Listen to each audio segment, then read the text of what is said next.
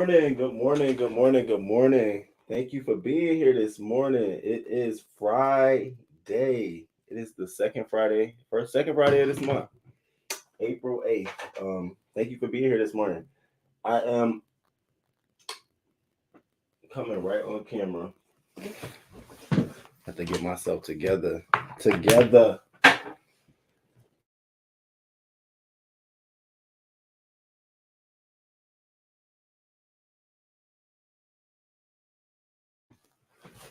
Good morning. Good morning. King Roman News gonna come right through. Hey, good morning to y'all. Good morning. Good morning. I feel like I just was live with y'all yesterday? That was 2 days ago, Wednesday. Good morning, beautiful people. Good morning, no one cares. Good morning, hot spicy tea. Good morning, AJ. Good morning and happy Friday, hot spicy tea. Kurt Vixen, good morning to you. Hey, Sticks Girl. Morning, party people. Good morning, Brick Girl. Hey. Good morning, AJ. Good morning to y'all. Oh my God, that's the first sip of today. I had no sip at all. Good morning. So today is Friday. It is 44 degrees where I am, 6:34 a.m. I don't know what you're doing. I hope you're getting up, you're getting ready. I hope it's positivity all around you. I'm pretty excited because it is a Friday. It is a Friday, and I think I'm gonna take the day off. Everything in me is saying go ahead and just take that day off. So I had took yesterday off, and I think I'm gonna take today off and go ahead and just enjoy my weekend. I told you I felt like I lost a day with my dog shitting all over the place, so I had to sleep all yesterday to make all of that up. So I'm feeling well relaxed. I'm ready for the weekend. We got about 16 different topics to cover. Check the description box to see below. And then we're gonna get right into some things this morning. All right. Now, the question of the day, which I'm gonna hold till the end, but the question of today will be: people are debating whose music catalog is better between Usher and Trey Songz. Now, it's an obvious question, but it's up for discussion. If you check out Twitter, the Shade Room, a lot of people have very strong opinions about both sides. So we're going to talk about that at the end of today's show. Now, I wanted to tell you all, I will be giving away $100. It'll be one gift prize. It'll be one question, but I'll be giving away $100 next Friday when before I take my 1 week vacation. Now the question, I'm giving you a heads up on the question because it will take some time to get the answer. But if you would like to win the $100 prize, the question I'll be asking is: how many organizations did we make donations to in the month of February, and how much did we donate in total to those organizations? So you need two answers. We donated to this amount of organizations, and it was for this amount of dollars. And that's $100 cash app straight to your pocket, because I think it's important for us to always constantly bring up what we've done and for us to share and check on those organizations. So next Friday will be a check-in moment. So if you are interested, make sure after this live or sometime next week, you go and count those different organizations. Now I'll give you a hint. I put it in the description box of every single video who I donated to, but not necessarily the amount. So you have to watch the video for the amount. So again, that's $100 cash app prize to whatever subscriber, member, moderator can get that amount. Yes. Hey, Miss Margot, good morning to you. Good morning. And please hit that like button on your way in. Let me just thank you all, seriously, because I'm just amazed and impressed by how you guys are just so responsive.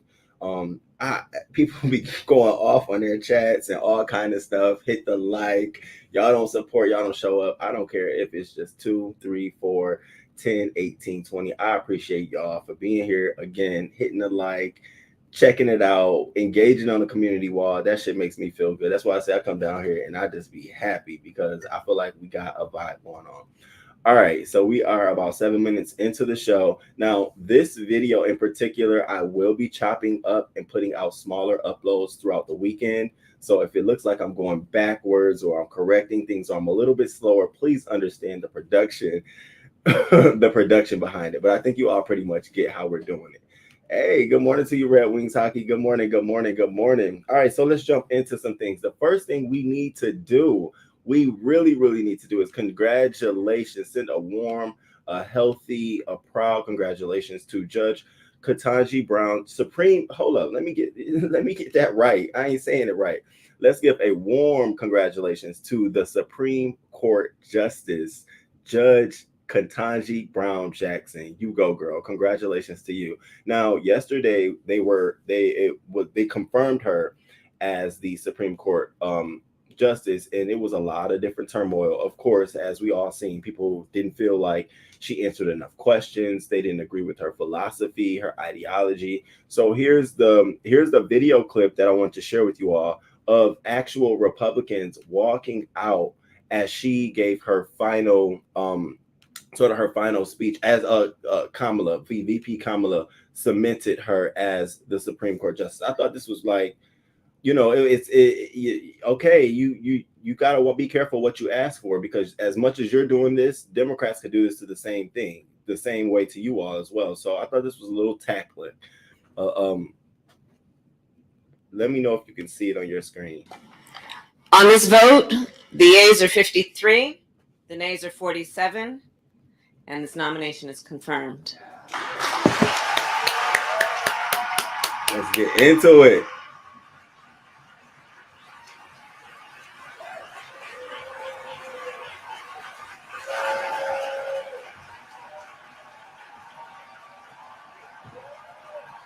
Now watch this, y'all.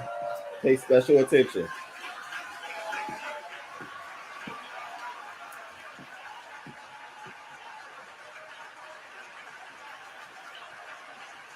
Embarrassing.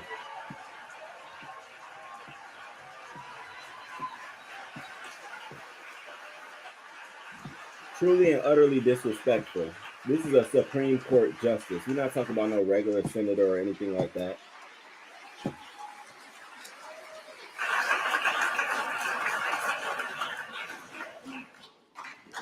Under the previous order,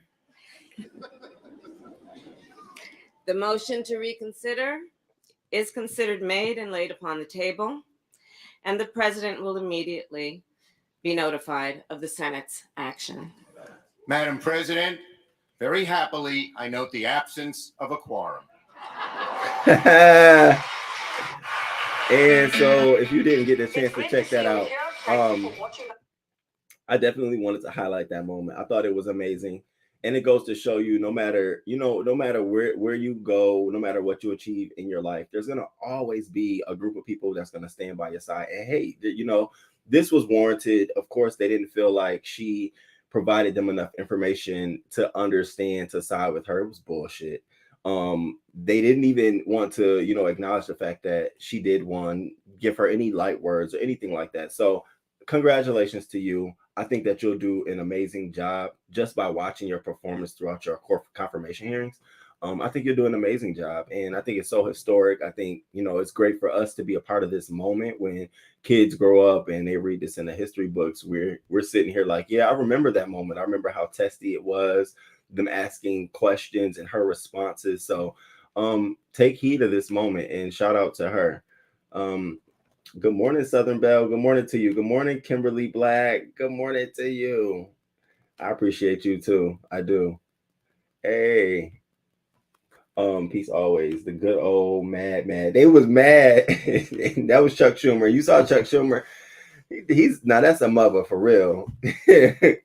Those men put her through hell with their questioning. And it's right. And for her to stand there in her conviction, knowing what she's doing throughout it all and still be confirmed, I'm telling you, that's the true definition of a whole queen. And if it was a man in her spot, a whole king. She didn't assault them. She didn't give them any kind of piece of something to run with in a negative way. They had to respect her. And who was it? Susan out of Collins from Maine, who was breaking the vote, one of the 53 yes. What was she going to do? Not vote for her and then come out here and tell everyone that she didn't vote for the woman candidate to be, she didn't agree. Why? So for a lot of people, they had to think about that too. Now, some of these oiled Republicans, they don't care either way. So just thought that was really, really interesting. Good morning, Cash App and Bullshit. Congratulations to Supreme Black Queen, a whole queen. That's right, a whole queen. All right, so The next great news I wanted to share was the Forbes list. It came out. So the Forbes list came out, and it had a lot of well-known celebrities, of course, the ones that we know. But I wanted to pop out a few folks that stood out on the Forbes list. So a part of this Forbes list, we had Oprah at the top in terms of the folks that stood out. Oprah coming in at 2.7 billion. Then we had Kanye West at 2 billion. We had Kim Kardashian at number 3 at 1.8 million. Rihanna and Michael Jordan tied at number 4 at 1.7 million. Jay-Z coming right behind them at 1.4 million. And Tyler Perry ending it at 1 billion. Not million, y'all. I'm sorry, billion. 1 billion. Now, I think it's so funny how Kim Kardashian is right behind Kanye. He got 2, she got 1.8. And then Rihanna, Jay-Z is trailing Rihanna. You know, Rihanna is at 1.7 billion and Jay-Z's at 1.4 billion. Whatever the case may be, I'm very, very proud of them. Congratulations for holding your spot down. Rihanna, this is such an amazing feat. And I can understand why she's like, whether or not I come to music or not, I'm good. If her producing an album is solely for the fans, it would not be for her to make money or do anything else. It would solely be for the pleasure of her fans, because I know her heart really isn't in music right now. So shout out to her. Also, Tyler Perry came in at the end at 1 billion. Now they say it was a hard streak for him to hang on to his 1 billion because after the, you know, with the whole movie pandemic, blockbuster theater and production and stuff like that, he had to put a lot of things on hold. And so he rounded out, he came in at 1 billion, end out this number. So congratulations to you, Tyler Perry. And I do see you trumping up this ladder even more. Now, Oprah's is contributed to her own network as well as many of her endorsements, including her having received a percentage of her Discovery. You know, she gave up OWN, but and when she gave up OWN back to Discovery put her on their board as well as gave her a percentage of the stock. So she'll always see some good dividends making these great business moves. So shout out to her as well. Kanye said he's worth 7 billion. He probably is by his records. We'll see. I've seen fatter asses than Kim Kardashian. Why she's so important? I don't know. I don't know what the fascination is. And then I think every time she attaches herself to someone new, a newer fascination grows. So now, you know, she's, you know, this big changed media personality. She's a mom now with a boyfriend and allegedly a crazy baby dad. Like her image always shift, and it's like you either support or you fall into it. So, and I can see even little creaklings of them shifting her narrative with, and we'll talk about it a little later. Will we talk about it a little later? Did I say this for today or Monday? I think it's a Monday story, but Robin Roberts on Good Morning America sat down with Kris Jenner and the other ones. But part of it is you get to see them talk about some of the stuff we've already heard them talk about it, but now in a logical manner. So, for example, Kris Jenner was talking about Caitlyn Jenner. We already knew that Kris Jenner had a problem with Caitlyn Jenner and how that all came about. But now as she's talking about it, she's like, you know, it was just a shock. We didn't expect it, but we're fine now. When I see him at family picnics and stuff, we're fine. Oh, hey, girl, hey, you know, but I didn't know it was a shock. And it's like, okay, so this is all about cleaning up and rebuilding for Hulu. So it'll be interesting. I'm going to talk about that on Monday. I saved that for the Monday show. But yeah, so she's making her coin. Kim definitely making her bag. I can't be mad at her. Michael Jordan is, of course, is staying up here as well. This is not something new to him. All right, so good news I wanted to share. The next thing I wanted to share, which is also good news in the money era, is the Weeknd. So you all know how Kanye pulled out of Coachella, and Coachella was like, they were shocked. They were caught off guard. Like, whoa, they didn't know. So then they started saying and putting out into the media, we have all these acts that we will call Red Hot Chili Peppers, The Weeknd, Silk Sonic. Who else? It was someone else. I think it was a Fight Against the Machine or someone else, but they had all these people. And they just started, after that, they started working on getting artists, but it wasn't going to be just one headliner. They were going to pair 2 headliners together, right? And then pay them significantly less. I think they were going to pay The Weeknd $3 million. Mind you, they were going to pay Kanye just for his set alone $8 million, $8.5 million. So the Weeknd and his folks got wind of that, and they issued, and this happened. This is this Wednesday. They were going back and forth on whether or not they were going to pay him that, because the festival wanted to pocket the $5 million, the additional dollars. The Weeknd was like, no, if either I get it or I'm not performing. And it's so funny how they try to stifle him like he's not up there with Kanye West when it comes to putting on amazing performances. And so he got his pay. Now they tried to clean this up by saying that the owner of the festival, Coachella, wasn't involved in the dealings. It was nothing. It was an employee. Thank you for the share. It was an employee, and the employee is the one who did all this. I had nothing to do with it. Yeah, we'll see if the Weeknd headlines anything else with the Coachella. Now, here is the interesting angle, you all. The one angle that I want you all to hear in this story.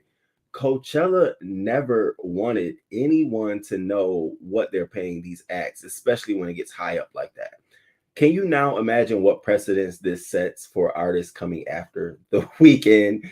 No, they clearly didn't want no one to know. I mean, people know that they got paid. Of course, you're getting paid at Coachella, but no one wanted to. I don't think they wanted to be so public, because now when you have next year's performer, it's going to always be a benchmark from the Weeknd. He got paid 8.5. What is this person? I promise you, every year now, moving forward, it will be a question of, what did you get paid at Coachella, benchmarked on the Weeknd and Kanye West? And this is stuff that business-wise, people don't want. It's a competitive edge. You don't want to put your carrots on the table, because that's probably the only budget you have to play with. But it'll be interesting to see. Maybe Kanye West might go perform next year at Coachella. We know how he can spend a year staying in the headlights. So I don't know. I'll stay tuned. But I'm glad the Weeknd got his bucks.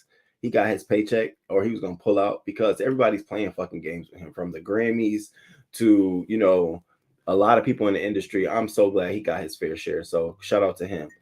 Now, moving right along in the next thing. So you all, today at 9 a.m., the Academy will be meeting to discuss Will Smith and his sanctions.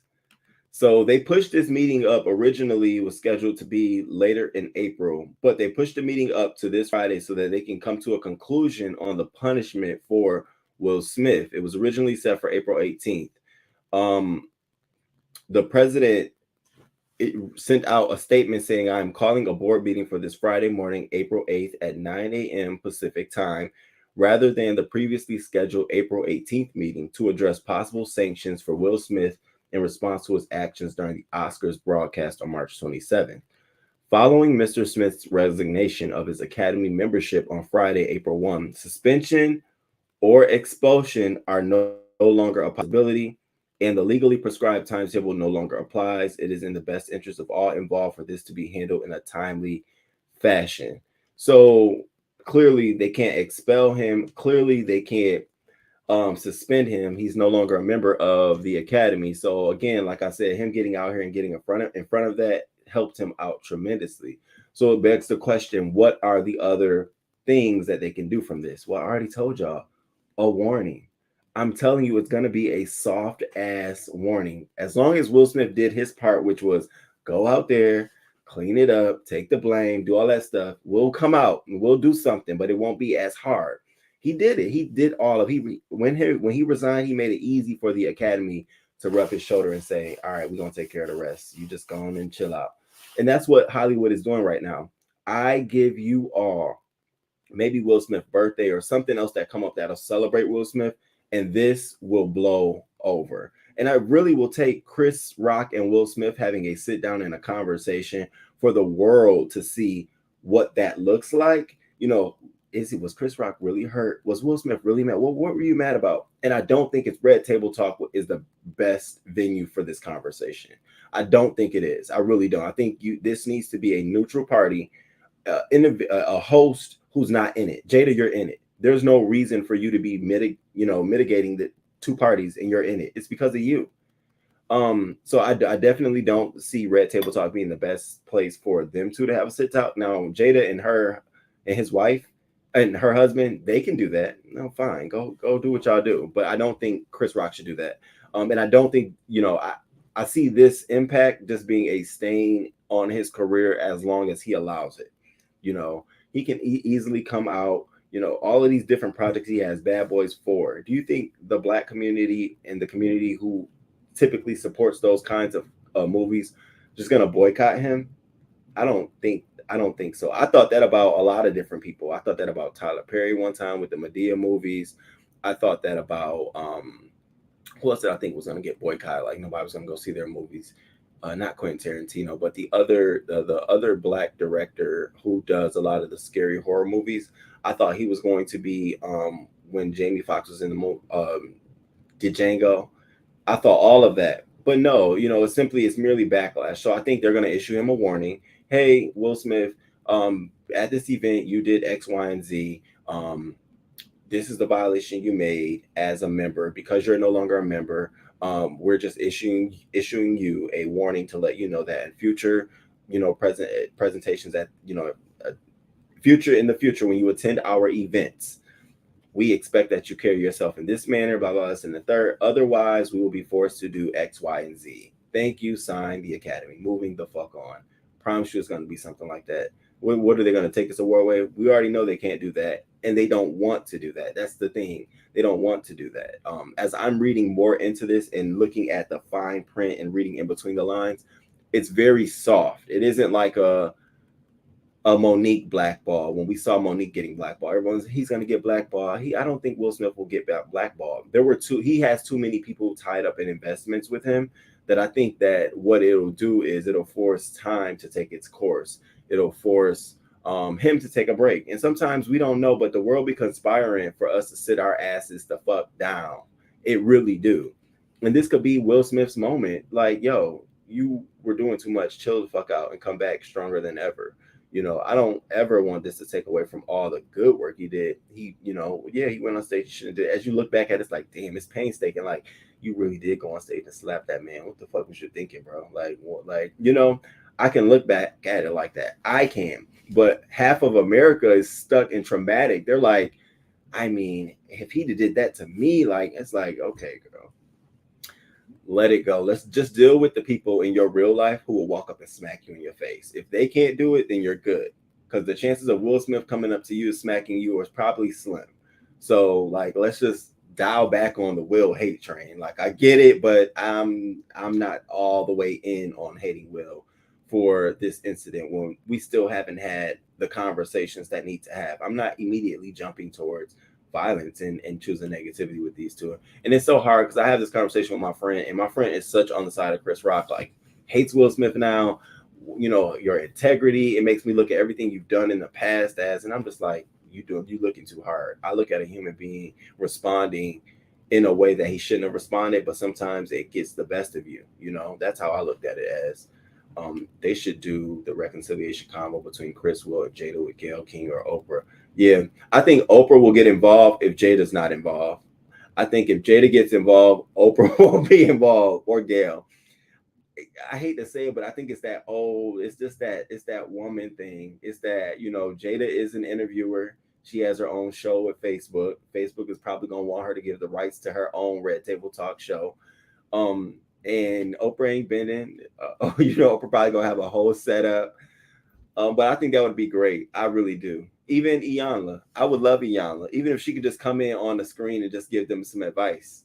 I feel sorry for Will Smith now. Yeah, and it's about me channeling me feeling sorry for him into me recognizing that, okay, how can we see if Will Smith learned the lesson? Only by seeing if he had the conversation.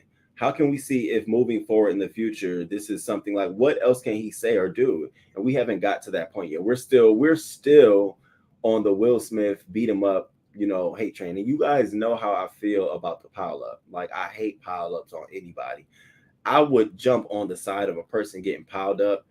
And when I know they're wrong, I would still check them, but I would just be there to support because I hate a pile up. I've been in a pile up before. So I'm looking at his pile up like, okay, bro, you getting piled on. Here's what you need to probably do to get out of it. But at the same time, you still have done some great works. I mean, for crying out loud, we have a Peacock sitcom surrounding a character that you birthed, for crying out loud. You know what I mean? So there's so many different things that, I mean, we can't just remove him. There's so many other people who need to be removed and held to a certain standard. Where is the suspension and where is all of this vitriol for a lot of other members who are a part of the academy, who have arrest records or who've actually done some damaging things? Yeah, it may not have been done in the public, but does that mean it's okay? So, we're all human. We're just dialing it back on a bitch. Like, okay, I see you, but all right. Good morning, Kings Mina. Good morning. Happy Friday. Happy Friday. Thank you, boo. Thank you. You know what the day is, boo. Will's worth too much money. He has too many expensive projects in the works that nobody wants to cancel. They're just wait. You already know, AJ. Okay, you already know how I go. I looked at it like, okay, I'm reading and I'm listening to people on YouTube as they describe what they see and what they hear. And I saw one video. One YouTuber said, Will Smith is blackballed, and I said, wow. And then when I see stuff like that, I always go to their channel and I go look at their oldest videos, see how long you've been doing this, and like, wow, you really think Will Smith is blackballed? Now, I will say right now in this short-term moment, what we're looking at a backlash. We're looking at a response to something that happened like a Sunday ago. So we're still in it. In terms of him being canceled, hell no, because networks would have done a lot more. Even the agents came out here and was like, because everybody said the agents was like, we canceled him. That they were questioning whether or not they should get rid of him.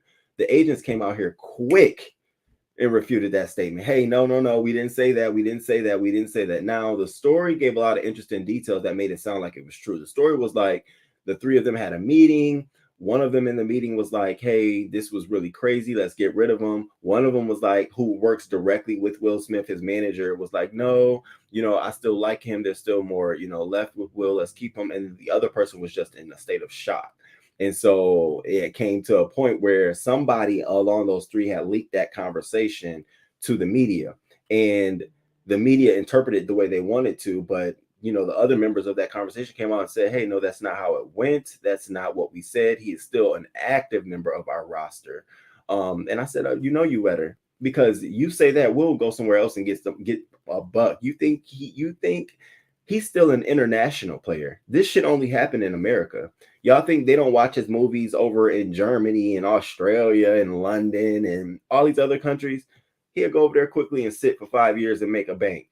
That's what they do. That's what a lot of people do. They have off seasons in America, on seasons over there in the world. It's just the cycle of being a worldwide entertainer. They don't have tours where they go and do an international tour. Instead, they have releases that are scheduled in time frames and blocked. So I don't think they'll respond to him the way he loves to be in Saudi Arabia. I have my own reasons why, but Will Smith loves to go to Saudi Arabia. Do you think they are going to be like, oh, well, no. Come on, y'all. Like, sometimes we gotta just dial back on the bullshit ourselves. Like, okay, we get it. Good morning, Sharika. Good morning. Right. Bump Will. I want to see someone do an interview with the dude who smacked that white guy with the twisted tea can. Are you talking about the other comedian? Because I think if you're talking about that one, that shit was not right at all. That's why these comedians talking about something, they mad. People think they can attack them. I think these are just very isolated incidents. If you feel compelled to go to a comedy show that you paid a ticket for and go smack the comedian just because you saw what Will Smith did, you are a poor soul. And it has a lot to say with monkey see, monkey do. Because monkey will get in trouble too. Like, you can't just be going out here slapping, folks because you think, how many customer service folks I want to smack? I got to control that. Like, did they give him an endorsement? I know their sales went up. Hold up. Why you think Will is going to Saudi?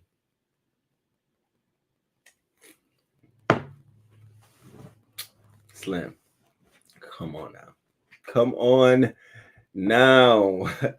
I can't put that in this live, but I think there's a lot of activities that he enjoys in Saudi Arabia. Pure pleasure, pure leisure, recreational. If you go check out his YouTube channel, you'll see a lot of videos that he filmed there. He was swimming with sharks over there. He does a lot of scuba diving. He does a lot of things. He went and jumped in a cave over there. Like, I pay attention to Will Smith a lot, and I watch what he does. And I just, and he's always around beautiful, beautiful men. He had a video where he was in Brazil, and he did a song out in Brazil, and I thought it was gonna go big, but it didn't go big. But he made the video in Brazil, and he had beautiful men and women in the video. And I said, "Oh, this is really, really nice." So I'm not saying anything about him at all. I admire the man down body, his perseverance and all of that. But I'm just saying that I just love it. If he loves Saudi Arabia, I love it too.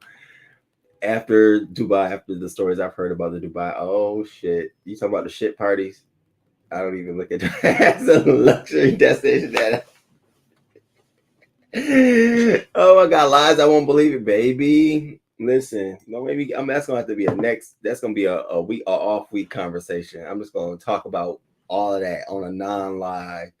Don't touch anything in Dubai, okay? Or don't sit on nothing in Dubai. I heard they like for people to defecate on them out there. They'll pay you good money to either you defecate on them or they defecate on you. Now that's just a lot of things that I think American women will go over there, get paid top dollar, upwards of $10,000, $20,000 to let a guy, release his bowel movement on you because that got them off, and you come back to the States like it ain't nothing. I remember me and my cousin had a conversation about this, and it is what it is. But would you all do something like that for 20 stacks, 30 stacks? That's interesting. All right.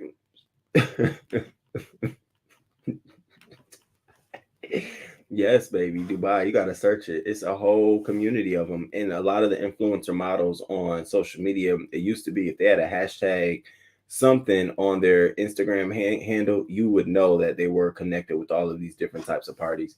It was a big thing, a big little thing.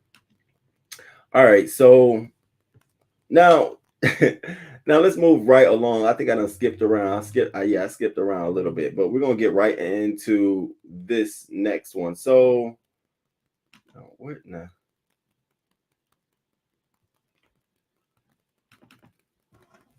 So Pete Skeet meets Northwest, and it became a big, big thing. Why is he? Hell nah, no, hell nah. So it became his big thing. Why is Why is he, letting him ride around? And I have my own thoughts about this. But let's get into this story. So Kim Kardashian officially has introduced Pete Davidson to her kids, or at least Northwest. The Saturday Night Live star was photographed driving Kardashian's moke car Sunday afternoon, but little did fans realize that Northie was Davidson's passenger. So photos and video was obtained by TMZ showing North sitting on Davidson's lap as he cruises around Scott Disick's gated community. The outlets also reported that Disick's daughter Penelope was also in the pink moke with the dynamic duo. Now, it is unclear whether the King of Staten Island star 28 has met the Skims founder's other children, but clearly their relationship has taken a serious turn.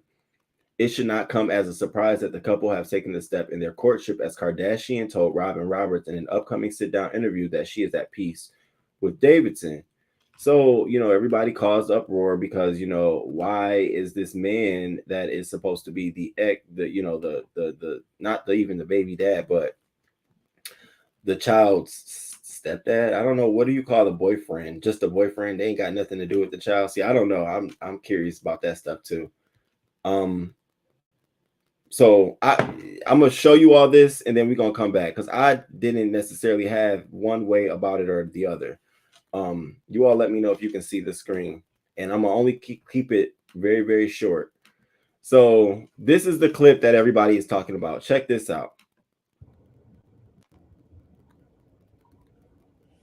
Pete and North. Now look at this creepy photographer, whoever's getting the footage. One more time. He know you looking. Now look at you. You can't do nothing but stop. And where you gonna go? Where you going? Where you going? You gonna leave now? Tacky ass. Y'all tacky. It's just tacky. All of this shit is tacky to me. It gives me something to talk about, but it's tacky. You're in their gated community. Maybe you live there, maybe you don't. or maybe you were riding past through and you just pulled out your camera and decided to get a picture. What bothers me is that it's children. When it's children, I'm always like, God damn, give these people some privacy. Give them some fucking privacy. Stop. You could have alarmed, and I'm sorry I have to go off. I have to do this. I said this to my friend. I said, I'm going to tell them how I felt about this immediately. You could have startled that man. That thing could have flipped over. All kind of shit could have happened. Just if it was just him, fine. But with Northwest, y'all got to relax a little bit. Because see, had something happen, then Pete would have had a bigger shit on his hand. Now everybody's mad because he's riding around with Northwest on Pete's lap. And, that's not right for a little girl to be doing that. Now, I definitely respect every mother, every female, every father, every man's wishes when it comes to their child and how someone else holds them. I always have to take that in consideration because I'm a male and I love kids and I have cousins with kids and I have nephews and I have a whole bunch of kids. And hell, I grab them and throw them around and, grab them and all kind of stuff. Even the little girls, hey, boo, hold them. I got pictures of them, kissing on my cheek and all kind of stuff, and my Tiffany, one of my friends, she had a baby, her first newborn by a dude that I didn't even fucking like at the time. But her son, I used to grab him and hold him and little man this and what's up. I got a picture now of me in a suit and tie and him little baby and I'm holding him to this day. So that's why I was like, okay, how far are people going to go? What do you not expect Pete Davidson not to meet the children? Like, I hope we're not startled by that. I hope we're just startled by the fact that the little girl for some was riding on his lap. Because for me, there was no there. There was nothing I can make out of that. Kanye is going to be pissed off, but any father should have those same kind of emotions when it comes to another man and your child, whether it's good or bad. I feel like those are warranted emotions. Kanye's just one of them. I can imagine me having my offspring and, my partner or whomever, their person got my kid all snuggled up or, they're riding around with them. I would feel a kind of way. Would I feel like you're touching my child inappropriate? That probably wouldn't be the first thing that come to my mind among other shit. But I'd be like, how the fuck you got him with my son out there like that or with my child out there like that? Like, no, we got to correct that. So I get that. But see, now that the image is out here, it's allowed people to fester these opinions. And Kanye lives in a world where he watches the fucking social media. So he could have already known. Here's the thing. Pete Davidson could have already met these kids long time ago. We don't know that, right? Now this image gets out here of them riding around. Clearly he's met the child well before then, because in order for her to feel comfortable enough to ride around, right? So it just lets you know Kanye could have known about it. He may not have been okay with it, but now that the public know and they're putting pressure, oh, that's not right. Oh, this you might be making this man feel like he needs to respond or go crazy or act a different way. If you all remember when I played the video of them out at the soccer field, Kanye and Kim, there was other people in between them touching their kids. Some of Kim's friends, other people. And Kanye's just sitting there, even with the daughter and the assistant. So if he's going to be mad at him, he also needs to be mad at everybody else too, So it's just like, how far are we going to go with making Kanye seem like he needs to be a villain? No. If I was him, I wouldn't say nothing. This is his moment to turn this around on Kim. Be quiet and make her look like the bad person. Public opinion right now is saying this ain't good, Kim. Why would you do that? Don't say shit, Kanye. Don't you, mother? If you in Wyoming, ride that horse. Don't say shit. Let the tables turn. That's what you do. And us as spectators, just spectate the way you do, but remember, everything that we do is going to always cause a response from Kanye. Like he feels like he is. I've been waiting on what is Kanye gonna say about this? What is Kanye gonna say about this? He hasn't. And I said, well, Friday when I come down, if he don't say that, I'm gonna say, Kanye, don't say nothing. Continue to not say nothing. You're doing exactly what a well-oiled, seasoned person in this entertainment industry does. That's a private affair. Now, if they said, let's say, if they said Pusha T was sitting on Drake's lap okay, you might have a statement about that. That's entertainment industry. You might get a bar off of that. That's different. But this is your family. This is your child.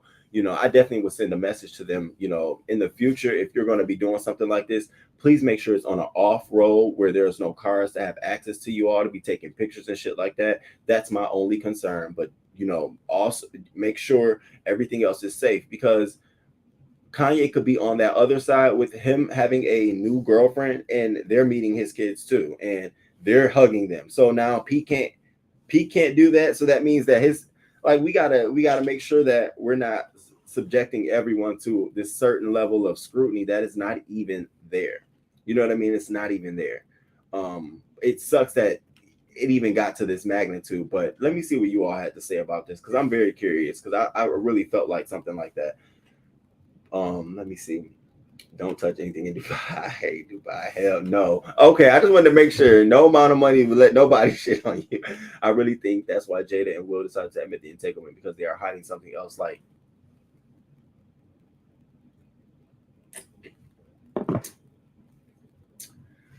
oh, AJ. Good morning to you, AJ. Good morning. No, I don't even like baby doo-doo touching my fingers by accident. Yeah, baby. That's a hard. That is definitely it depends on what your financial needs are in the moment. I got to be honest with you, because if it was like $250,000 and you're taking care of all of my accommodations, my flight, my hotel, I don't know, y'all. $250,000. Can I pick out the person? Like, do I have to watch? Can I look the other way? Child, a shower and a blunt will change my mind, honey. Like, I'll come back to the States refreshed, pooped on and all. Hey, I'm here, $250,000 richer. You know what I'm saying? So I don't know. I had to wander myself, like, shit. I mean, damn, wow. Good morning, Black Swan B1. Good morning to you. Hey, Black Girls Code. Good morning. Good morning. That's a no. You never let little girls sit on a man's lap. See, so here's where the conversation is beginning. Okay, wait now. Sitting in the lap and just meeting. No, they didn't just meet. In my opinion, they probably met well before now. I mean, the man has been all up in Kim's house. There was points where security wouldn't even allow Kanye to come to the door because Pete was in the house with the kids, and he's stopping Kanye at the door like, hey, Kanye wrote in his songs, you got these security guards stopping me. This is my motherfucking house. I'm like, no, that had me going too. Like, damn, they stopping you. They don't even know you, Kanye. They wasn't playing. In my opinion, Kim is trying to trigger Kanye. Period. That's all this is. From all these stories that I've been telling y'all about Kanye, as I'm now realizing, they're coming out of the Kardashian camp, because Kardashian is hyping up their Hulu show. They're trying to push us to go there to watch these stories in. For example, they want us to go to Hulu on this show to go listen to Kris Jenner rehash how she felt about Caitlyn Jenner. Do we give a fuck? No.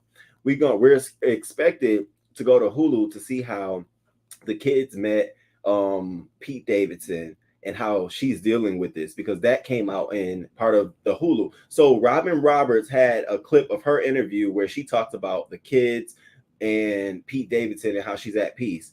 Lo and behold, a clip comes out of the baby Northwest and him riding along on his moke. So now I'm like, okay, look at all these stories coming out. Then he wants full support, full child support. Then Jason Lee clears that up. It's like you see the trigger points happening, and it's almost like him saying he's going away or doing that kind of thing is it's like they're trying to create this bubble of you're crazy. So I always look at everything with a grain of salt. Like, okay, so what is the angle here? You know what I mean? Like, I'm gonna be real with you. There is, who was it? There was another stepdad out here, celebrity stepdad. For example, that's what I was saying. Russell Wilson and Sierra. Let's say Sierra had a daughter by Future, and you know the kind of man Russell Wilson is. And Russell puts the daughter on his back and plays like back ride or something like that. Would that technically be him violating, or because he's her husband at that point in time, it's a different situation? Like, what is that fine line? Mama friend, that's all a boyfriend is. So he's just a boyfriend, okay, and the child should have limited contact. Somebody feeling good. Good morning. Skeeter messy. He shouldn't be around the kids yet. Period. Okay. Sorry, but in the picture, it is doesn't look like him to me. At first, Hot Spicy Tea, it didn't look like it was him. I didn't think it was him either. I said, oh wow. Then I saw North. I said, oh wow. Very tacky. Very okay. Okay. Good morning, Shantae. Good morning. If it ain't Skeet, it ain't Skeet, ain't her father. When Skeet was semi-nude taking pictures, was the kids around then? I hope not. I hope not. Why hasn't Kanye said anything yet? Because maybe Jason is literally sitting there saying, nah, not nothing yet. Or he knows the plays. He sees the plays for exactly what they are. That could also be true too. It's the lap for me. North is too old to sit on any man's lap. Get the fuck out of here. Okay. Rumor has it TMZ was allowed in the gated community to take the video. Bam. And you see how we just zeroed in on some shit like this? Like we went all the way around to get to what I was just fucking saying. There's like these are all ploys to come at this man. There's no way that this is the first time they've ever rode on this smoke with him. And then all of a sudden now we get cameras allowed. Like I see the fucking plays a mile away. Stevie Wonder called me because he saw the fucking play. It's like I see it. And for Kanye not to respond how we typically expect him to, it probably is either a shocker that this kind of footage got out, or B, he's already like dealt with that. He knows that they met the children. He knows all of that stuff. So this isn't nothing but something to trigger the public opinion backlash. Keep Kanye, keep Kim, keep her name out here. It's sad and sick to play like this. Like I said, my biggest thing was don't. As somebody in this industry, leave the kids out of it. Because as we know with other things, all it could have took was that man just trying to look over to crash. And now we got another situation on our hand. So, you know, it looks a little, you come off a little bit stalkerish, if you ask me. Royce baby has been abused by the strange men in her life. The children shouldn't be meeting no one until the relationship's over 12 months. Royce baby, you talking about Royce Reed? Oh, wow. Even the way they're driving the cart doesn't look safe at all. People fall out of carts and even die. It's a mom. That video made me kind of nervous. See, you looking at the same angle I looked at. I'm looking at the video. I instantly first look at it like, why are y'all even doing this on an open road like this? I wasn't shocked. And I'm going to be honest with you. I wasn't shocked that Northwest, was sitting on Pete Davidson's lap. That wasn't the shocker for me. That wasn't the first thing I went to like, oh, again, I'm not a mom. I'm a male and I don't have any kids. So I didn't look at it instantly with that in the mindset. But as I started reading and listening to folks' commentary, I can absolutely understand how you're a boyfriend. You don't have that status, how this could look wrong. It could be wrong. But in my mind, I'm like, this obviously is something they normally do. Like I instantly went to, because the Kardashians allowing that kind of footage to be out here, they should already expect what's going to happen. So to me, it's like trial by error. Let's put it out here and let the public consume it and see what they say before the show comes. That way we can get the backlash now. We can edit the show. We can structure it. We can respond to the backlash during the show. We can fix it and create the narrative we want to create. So that's what I see. Yeah, it's just really, really weird the way things have gone around. We've been saying the Kardashians are pimping out Northwest. Confirmation here. Confirmed. Receipts are out. If he's smart, he would like the court of public opinion by his semi-mouthpiece in his situation. Great, gonna mince words. I will be totally quiet because all they're doing is helping him build evidence up in the court as well. Well, Your Honor, they're saying I'm crazy, but can we just take a look at what has happened, what has transpired? Her boyfriend is driving my daughter around in an unsupervised, unsafe vehicle. I didn't look like any seatbelts was on, so that was my number one concern. So I don't know if we can put something in that stipulates that if they're having recreation or playtime, it needs to be supervised. Like he can work on some things if he just be quiet and let the evidence build up. Why this nigga just walking around? These kids shouldn't be meeting random people. The parents are just dating. Not pick the person. $250,000. Listen, back to this. Not pick. I'm just trying to go for the person who look like they don't eat. What you doing? You come on in here. $250,000, I'll do the shit. Not on me. Oh my God. Oh my God. Now, if it was you paying me to do it, you ain't got to, I get my own flight over there. Shit, for the bag, I will take care of flight, hotel, my interpreter. Baby, I'll get my meal to come help you out. I'll do all of that. What you talking about? $250,000? Shit, that's a lick. Baby, I'll be employed for the rest of my life. If that was the game, y'all can forget it. I'm shutting YouTube down, honey. I'm gonna be next time I upload, I'm gonna be somewhere else for real. That's a whole come up until North turns 21 and write a book like Mommy Dearest. Oh baby, I just don't want to see that happen. Fuck them Kardashians and Hulu. Y'all left E for Hulu, and we still ain't going. Still ain't. You see how they did that though? They left E for Hulu. What's up, Bookie Boo Boo? Child DMS. This situation is being drawn out unnecessarily when both sides are willing. A custody agreement shouldn't take this long. There's temporary emergency judgments and everything. You're right. They're definitely milking this. They're definitely milking this. This, for whatever attention they can get, especially for a show. I mean, for crying out loud, this happened. The big milk of this happened in January. Here we are in April, still prolonging this. Now we know their court dates have been being pushed back. And we know that she asked the court if she could be declared single. So we know those little things do take some time out of it. I'm coming, baby. You gotta sit down for a minute. We do know that they take some time. The person looked more like Scott. Oh, in the vehicle. I know what you mean. Yeah, there is no point in watching the Kardashians on Hulu. We learn everything from the media, and the show repeats headlines without further clarification. They are a terrible family. Good morning, Voodoo. Good morning. Good morning. The paparazzi have a lot of contacts, connections, get close to people in LA. Money goes a long way in Hollywood to gain access. That's what I'm saying. You don't think that was well coordinated, that they just happen to be in the gated community of Scott Disick? Like, how that happened? Oh, really? Okay. Good morning, Ashton. Good morning. Good morning. Good morning, Mister. Good morning. Royce Reed's son is a victim who ended up becoming an abuser. Oh, okay. I know you're talking about Royce Reed. Yeah, I was trying to make sure it's the same one because I didn't know he was finna say Royce the 5'9". I was like, really? Why I didn't hear about that one? Hey, good morning, V. Hi. Most parents are looking at an 8-year-old being in the lap of a man that she just met. Kim Kardashian gave these pics and gave to TMZ. They are smiling at the camera. Clearly, V. You see this, but you see how triggering that can be for Kanye, though? That could be triggering if he didn't already accept that that's what they've done before, or he didn't know that happens. You know what I'm saying? So to me, it just seems like it's a ploy. For her to get this out there in the public, let them consume it, let them see how they feel, so I can clean it up on my show. I'm sure she's gonna have an episode already ready. I don't understand. Like, they're just mad because I ain't let Pete meet him. But I mean, what am I supposed to do? Like, what am I supposed to? He's a he's a really great guy. Like, I already see the play and setup. It's like, girl, get out of here. I'll catch you on the flip one. Hi, mods. I'm driving, but hey, that's what's up. I hope you get to your destination safely too, Ashton.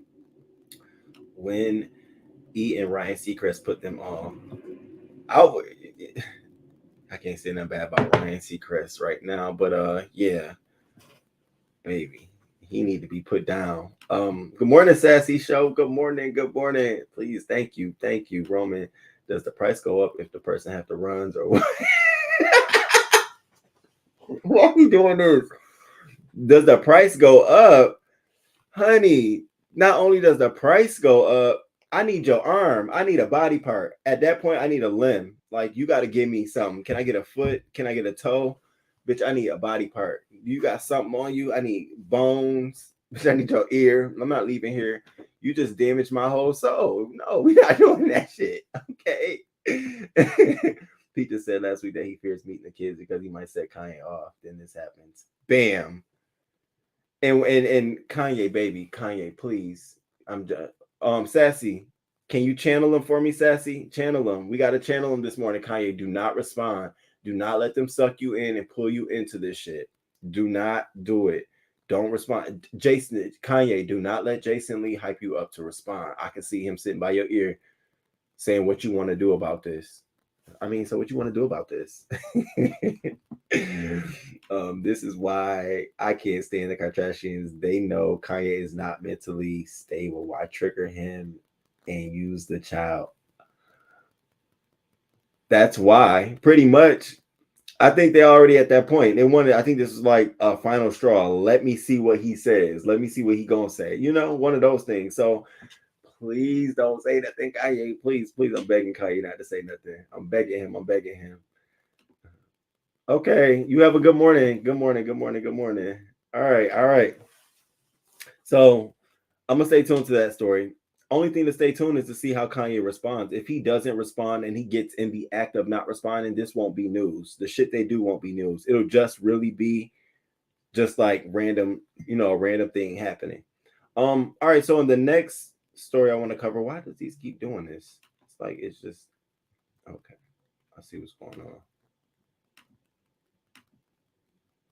I got too many overlays up. I have to delete one because it keeps deleting one every time I add one. All right, so in the next story, let's shout out and congratulations. Cheers to Ashanti.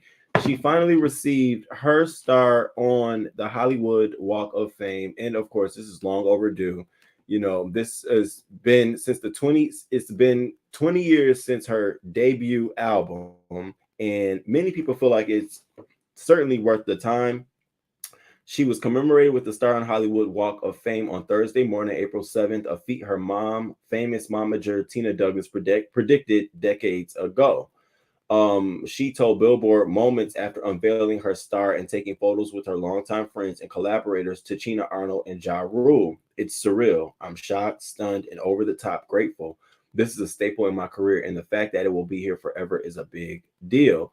The historic honor comes 20 years after the release of Ashanti's self-titled debut studio album, which premiered at #1 on the Billboard 200 and charted for 55 weeks. The Grammy winner and actress has since released 18 Hot 100 tracks, including 2 #1 hits. And she's like me. I'm not a super emotional person, so the fact that I cried a little bit today is a little weird for me. I'm so humbled and overjoyed to have friends, family, and genuine people here supporting me that I love. Shout out to you, Ashanti. Kudos. It's definitely well deserved. Your music definitely has some weight around here with me. Definitely carries some weight. And then what we also learned was that did you all know that Always on Time, written by written by Ashanti, was meant for Brandy. So you know, always there when you call, always on time. And I was listening to it because I played it. I said that sound like it could have been a Brandy record. But Brandy was like, no, no, thank you. Keep the record. I don't want it. And I think at the time, Brandy was like, I ain't getting on a record, no damn Ja Rule. I'm Brandy. It's Ja Rule. Not knowing that that would be the record that really breaks her out, breaks Ashanti out, make her the star she is. And I said, oh wow. So shout out to her for always penning, for having a strong pen game and always putting something together that we didn't know. And this is the picture they had in the article of them too. And I just was like, wow, long time coming. So I thought that was interesting that Ashanti penned that song. Now, in this next story, I wanted to update you all because I specifically remember when we talked about it, I said I'm gonna have to wait for more details to come out about this story. But everything in me believe me that it's a phony baloney, it's some foul at play. Now I remember having, you know, us all having strong opinions like it could be, it can't be, it could be, it can't be, and so now here we are. And I love to bring them back so that we can follow and track these stories. So Snoop Dogg accuser files to drop sexual assault lawsuit. So you remember when we talked about this maybe a month ago or so. I'm coming, baby. I know. Yeah. Hold on, y'all.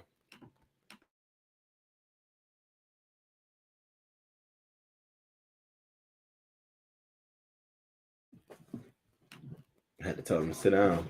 I just didn't want y'all to hear me. Okay. So this was the story where the girl said that she was at the studio with Don Juan when he put his thing in her mouth and she was forced to give him head. And then she went to the bathroom, #2 on the toilet, and Snoop Dogg came in and put his, self in her mouth. And she did it and didn't feel nothing out of it and left. And now she's following. And so during the time I kept saying this, I was like, wow, that is really bold of Snoop Dogg. Like I felt like that is freaky to go in the bathroom while somebody's actually doing something that is a bodily function, but everybody was saying men don't do that. You never know. Things are crazy. But I felt like the story was too heavily concocted. Come to find out, y'all. Come to find out, the whole time, the details of the story that she was talking about couldn't even exist then, because the business that she said she was associated with him didn't even start until May of 2013. So she got caught in a lie. She pulled her case back. And what she tried to do was, instead of just getting her case dismissed, she wanted to go and file a complaint against Snoop Dogg, saying that he a claim of defamation against Snoop and his management team, citing an Instagram post where she accused the rapper of insinuating that she was a gold digger while including emojis of a judge and police officer. Snoop filed a response claiming she cannot even prove that she worked for him or any company he ran because the business reference didn't even exist back then. So this is a dud. This is out the window. Unfortunately, again, like we said then, stuff like this makes it harder for those who actually have cases against these celebrities, men and women, hard for us to believe and consume it. You know, that's why we have a Me Too movement, because it was like, it's time. Tell these stories. Tell us what happened. Then you get sprinkle about it a bunch, the lies. Like, I'm not saying she didn't give Don Juan head. I'm not saying she didn't give Snoop Dogg head, but whether you did it willingly or whether you were forced to do it, that's up for debate. That's up for debate. That's up for discussion. And this was your moment to prove that it was done forcefully, and you dismissed, you pulled your case, you redacted it. I think people really have to be careful about doing this. Even if you really are a victim, you really, really need to make sure that you're doing this in the best interest of yourself and you as a victim. Not, I'm trying to get a media interview to tell details of the story so that people can, hit me up for like you're trying to become a celebrity. And so that's what we saw in this story. She had all these different, it's like, girl, what are we doing? What are we doing here? And so even me, someone who's well-rounded, I'm fair, I look at things from all angles, I was like, you shouldn't. And this man trying to get some head, that don't even sound right. And hey, people could be doing that kind of shit. I don't know. Kanye needed Jason on his team. You think so? Because I was all against it. Okay. Good morning, Chocolate Vixen. You're hustling from the bleachers. Good morning. I have a disappointment. It took the whole day off. I'm so with the shits today. A whole day off. Okay. The whole day off. Ashanti is an artist that didn't get the credit she deserves as a writer performer. Really happy for me too. She really is, and she's so humble about it. She's so cool.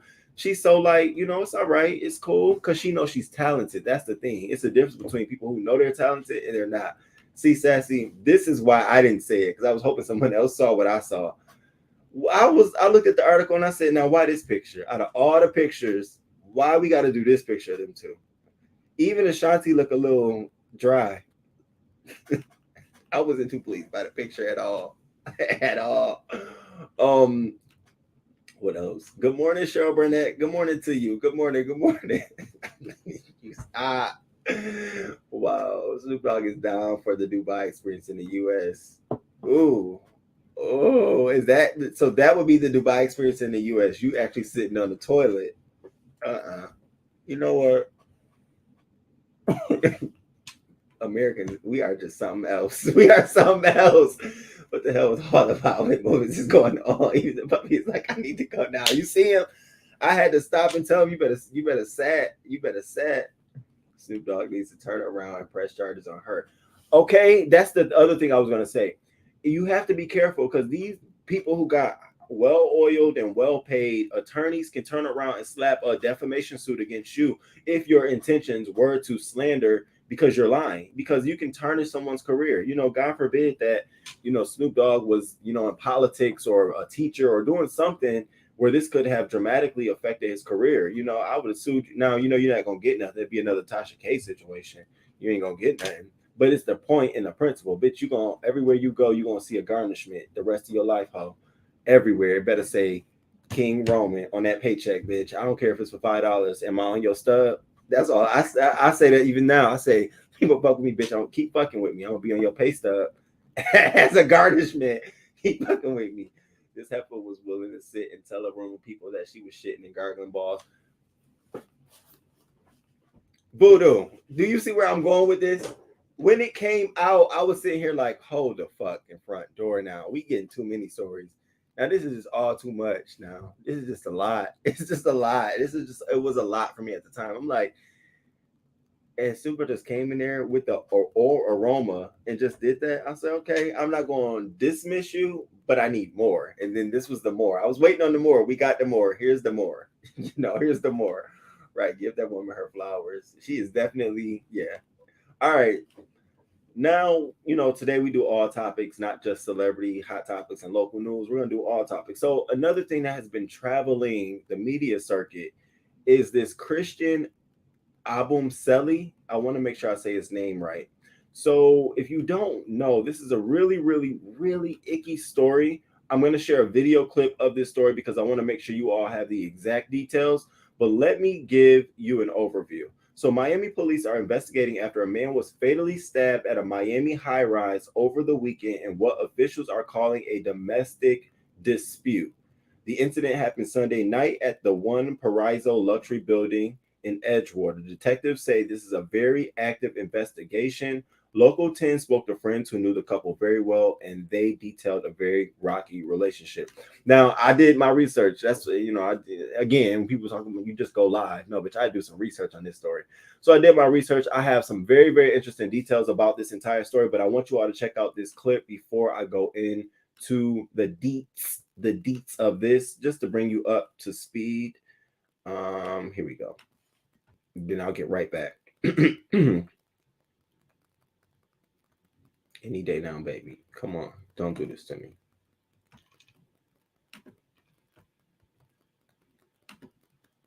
And new tonight, a man stabbed to death in a posh apartment building in Edgewater. Police tell us this was the only homicide they've had in this area so far this year. Yeah, very high-end building here. Let's get straight to CBS 4's Joe Gorcho with what we know so far about the story. Joe.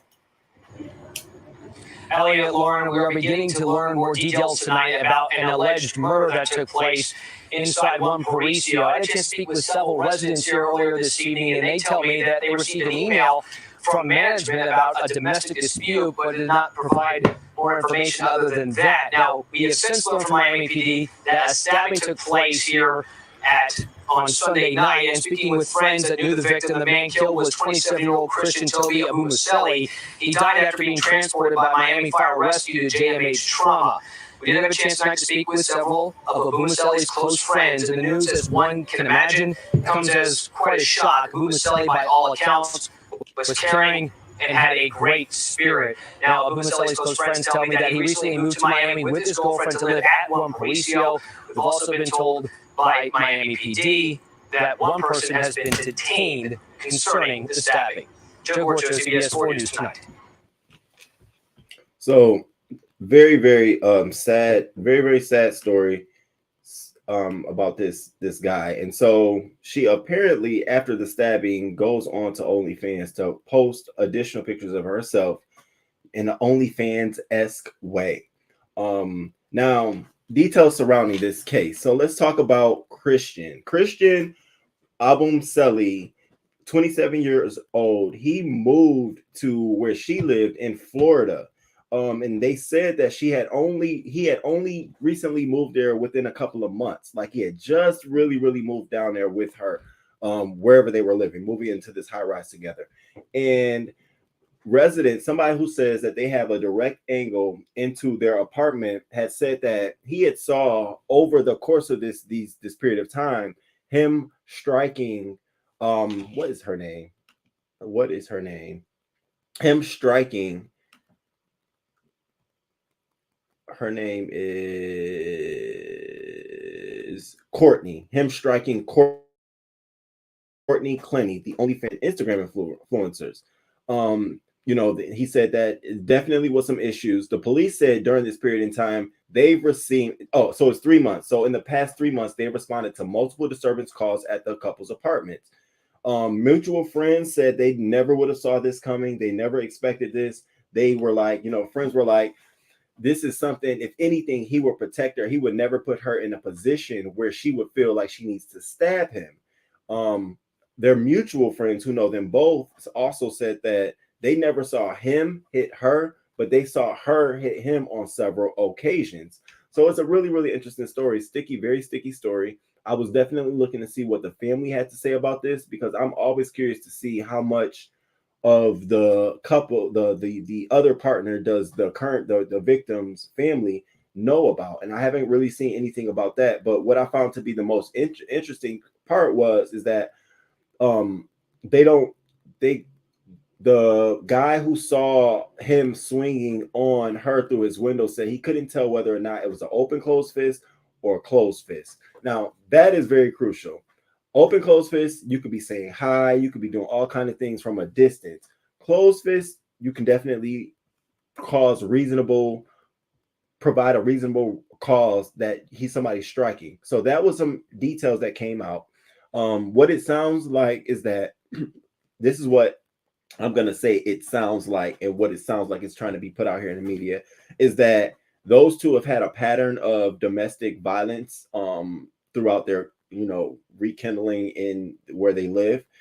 And after them, several times them calling the police back to back, apparently, he knew about her being on OnlyFans as well. So that wasn't a shocker to him as well. He knew about the OnlyFans account. But apparently this heated exchange or whatever, it caused her to stab him. And even after that, she goes on to post pictures onto OnlyFans as if she doesn't even care. And nobody would have never known about this or said anything until people saw her pictures being posted on OnlyFans and said, wait a minute, now your boyfriend, you just stabbed your boyfriend. You're not even in jail. And, so she did get arrested, but I think she was let go. I think it's still an ongoing investigation. They still have to investigate the details of this. Very, very, very fresh. When I tell you it's fresh, even the news coverage is very, very fresh at this time. It's a sad thing. The thing I think I'm having with this is that it doesn't seem like either they're investigating, but they're not giving us enough details. Like typically you would get the text messages that happened before the two. What was their last two communications between the two? We would have that information. They would say, he and her were texting prior to this, or they had a phone call, or the conversation. We didn't get that piece of information yet. So it's a lot of things that leads me to believe that they're actively investigating this as a homicide. And they're trying to make sure they have all the evidence before they come out to the public and say anything. Clearly, the friends are already, either one is siding with her and the other friends are siding with him. The one group is saying she's a sweetheart. She would never, I would never see her do anything like this. The neighbor, I saw him striking her through the window. Then you have the other group saying he's super nice. Like he would go out of his way to protect her. That's just not in his character. But then you have the police records of disturbance calls, domestic violence calls, all of that information. So it's just like, wow, what really, really went on here? Could have been a domestic situation. She could have been defending herself. He could have been, attacking her, and she could have felt like she needed to defend herself. I'm sure that's the angle she'll play. However, it always begs the question of, did your response meet the situation? Was this excessive? What happened? So that's where it left me. I'm like, okay, we know couples get into fights. We know this stuff happens. Clearly on local news, we do this every Wednesday. We know it happens. However, what happened? What justifies this? Was he strangling you? Did we have pictures of her neck? Do we, all of those things come to my mind. I see the Baker's Act. Yes, I saw the Baker's Act. Of course, that would be the thing for her to do. It's the Baker's Act herself. You know what I'm saying? Just like the girl who went in, who was on a meth bench and had sex with the dude and chopped him all up in the house. Soon as she got in court, as I was hearing her testimony when she was talking about it, I instantly said she's going to say that she has a mental illness. But this still doesn't negate the fact that we still need to know what's happening. His preference is painting the story of the angry, aggressive black man that couldn't be controlled. She is a pure, innocent white girl who was beaten by an N-word covert racism. I saw it. I seen it. It's the trifling for me. Did she wipe first? Her hands dirty, so I didn't hold it. Has me. Voodoo, why you with me? But I digress, and I want to sit this one out. That's some get house stuff. He didn't deserve to die, but he put his assassin on a pedestal, just saying, now look. Well, Yeah, I mean, you have a very valid point, because that was a lot of some of the conversations that people had online.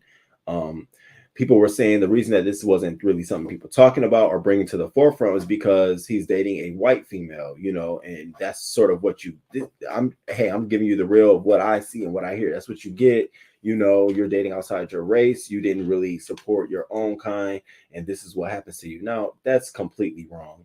I think it's definitely a wrong way to look at it, because we don't know how people's upbringing is. We don't know if they came up with that kind of support or people in their lives. So I didn't even look at that as a situation, her being a white woman. I think what I looked at it as, when men want to date these OnlyFans models, they don't understand the life that comes with it. Like, they're on OnlyFans being attracted, by, attracting all this attention from all of these men, from Twitter to all of their social media handles. So in my mind, I started to wonder, was that a culprit for the demise of their relationship? Once he came down and actually saw how this is your life, and is that a part of it? Does that have anything to do with it? Because everyone started talking about how she went to OnlyFans afterwards and started posting. Like, that was like, I'm like, okay, if that's her job, I don't know, what did she post?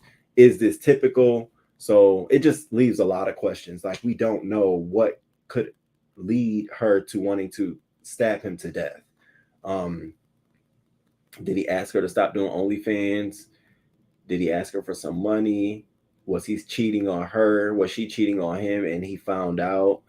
And it became a little bit responsive and aggressive towards that. Like, there's a lot of questions that we must have answered here. I see his skin color, but my mind tells me this white on white crime. I can't with both of y'all. I can't with both of y'all.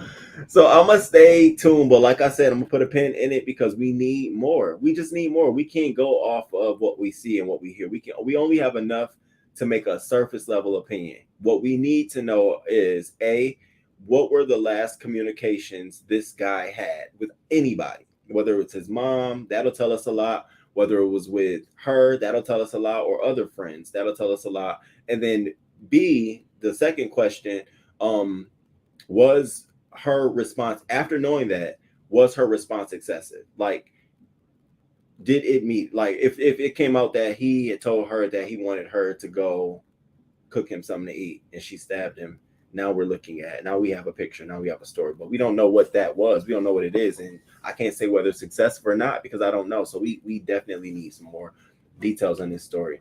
He shit on black women. If you look at social media, he is ridiculing black women. He hated black women, and she participated. So would that be a reason why you wouldn't care about whether he was stabbed or not? Would that remove that layer of empathy for you? Maybe I'm just wired differently. I'm looking at people like, you, it's crazy. You gonna hate me for me? All right, that's on you. I'm not gonna put out that energy though.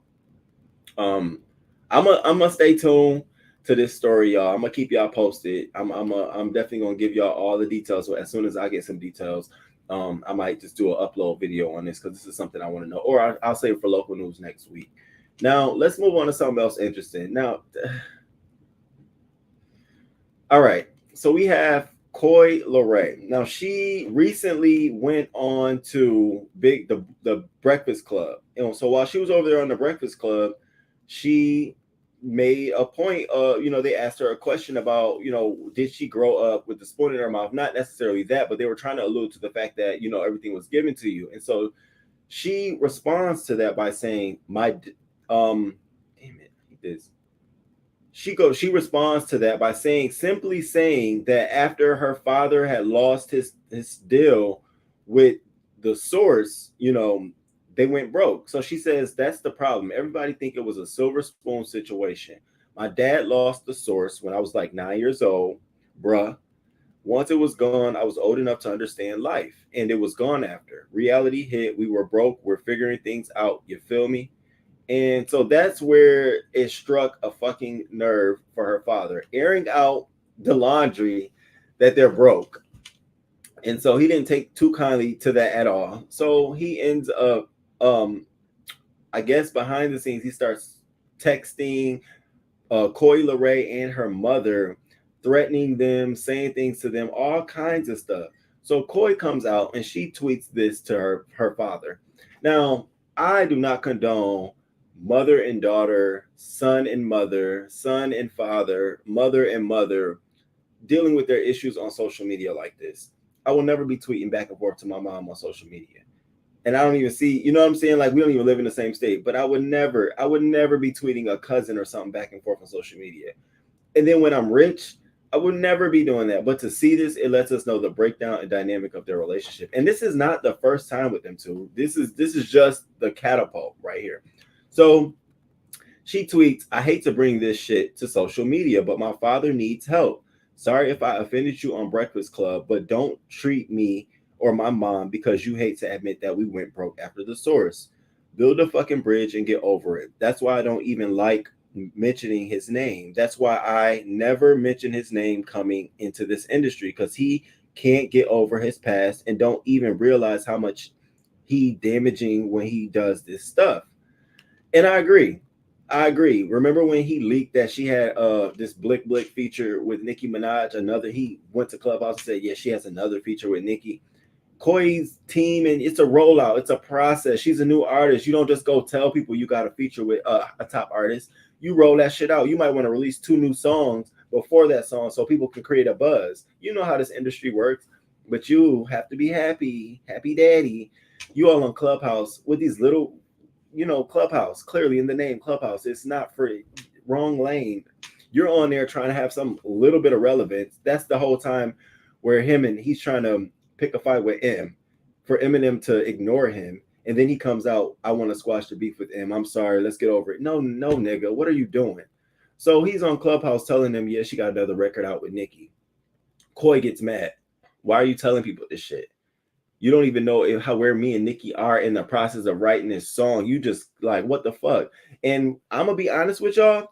I don't even think she had a song with Nicki at that point. I think coming off of their other song, Bia Bia, I think it was sort of like, okay.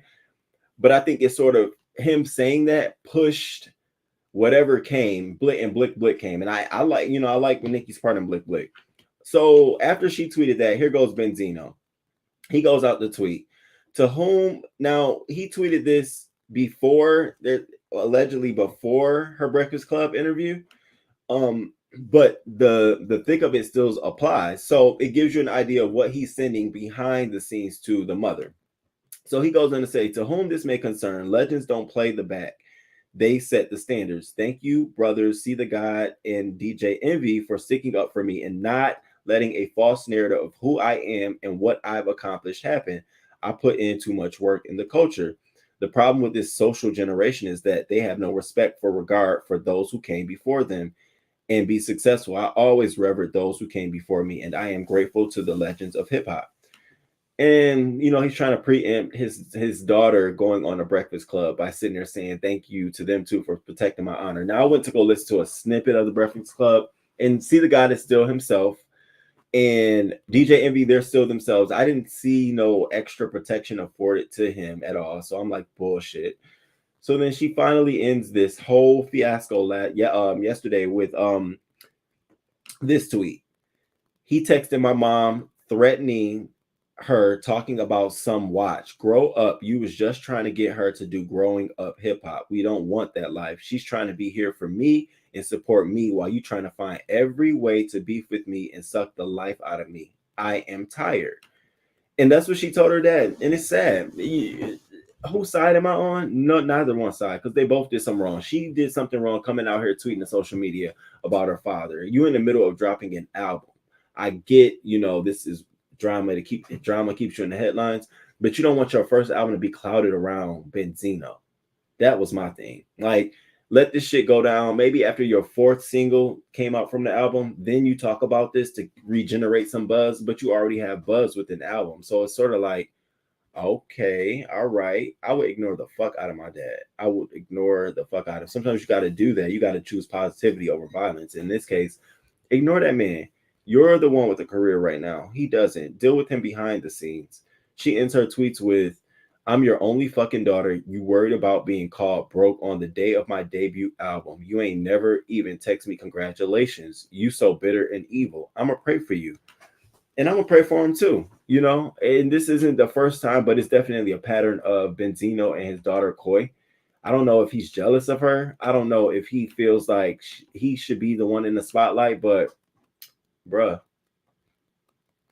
your time is gone, bro. It really is. Let me see what you all are saying. I don't care about what a race a person choose to date, but I can't with the black woman hate. He had a lot of it on his social media. He didn't deserve to die. Yeah, the black woman hate though, that's a little lame. And you're black, yeah, we know that's completely lame. And karma has a funny way of coming around to get you. So I don't know how hard in the paint he went with it. I definitely need to go check that out before next Wednesday. But yeah, that begets me all the time.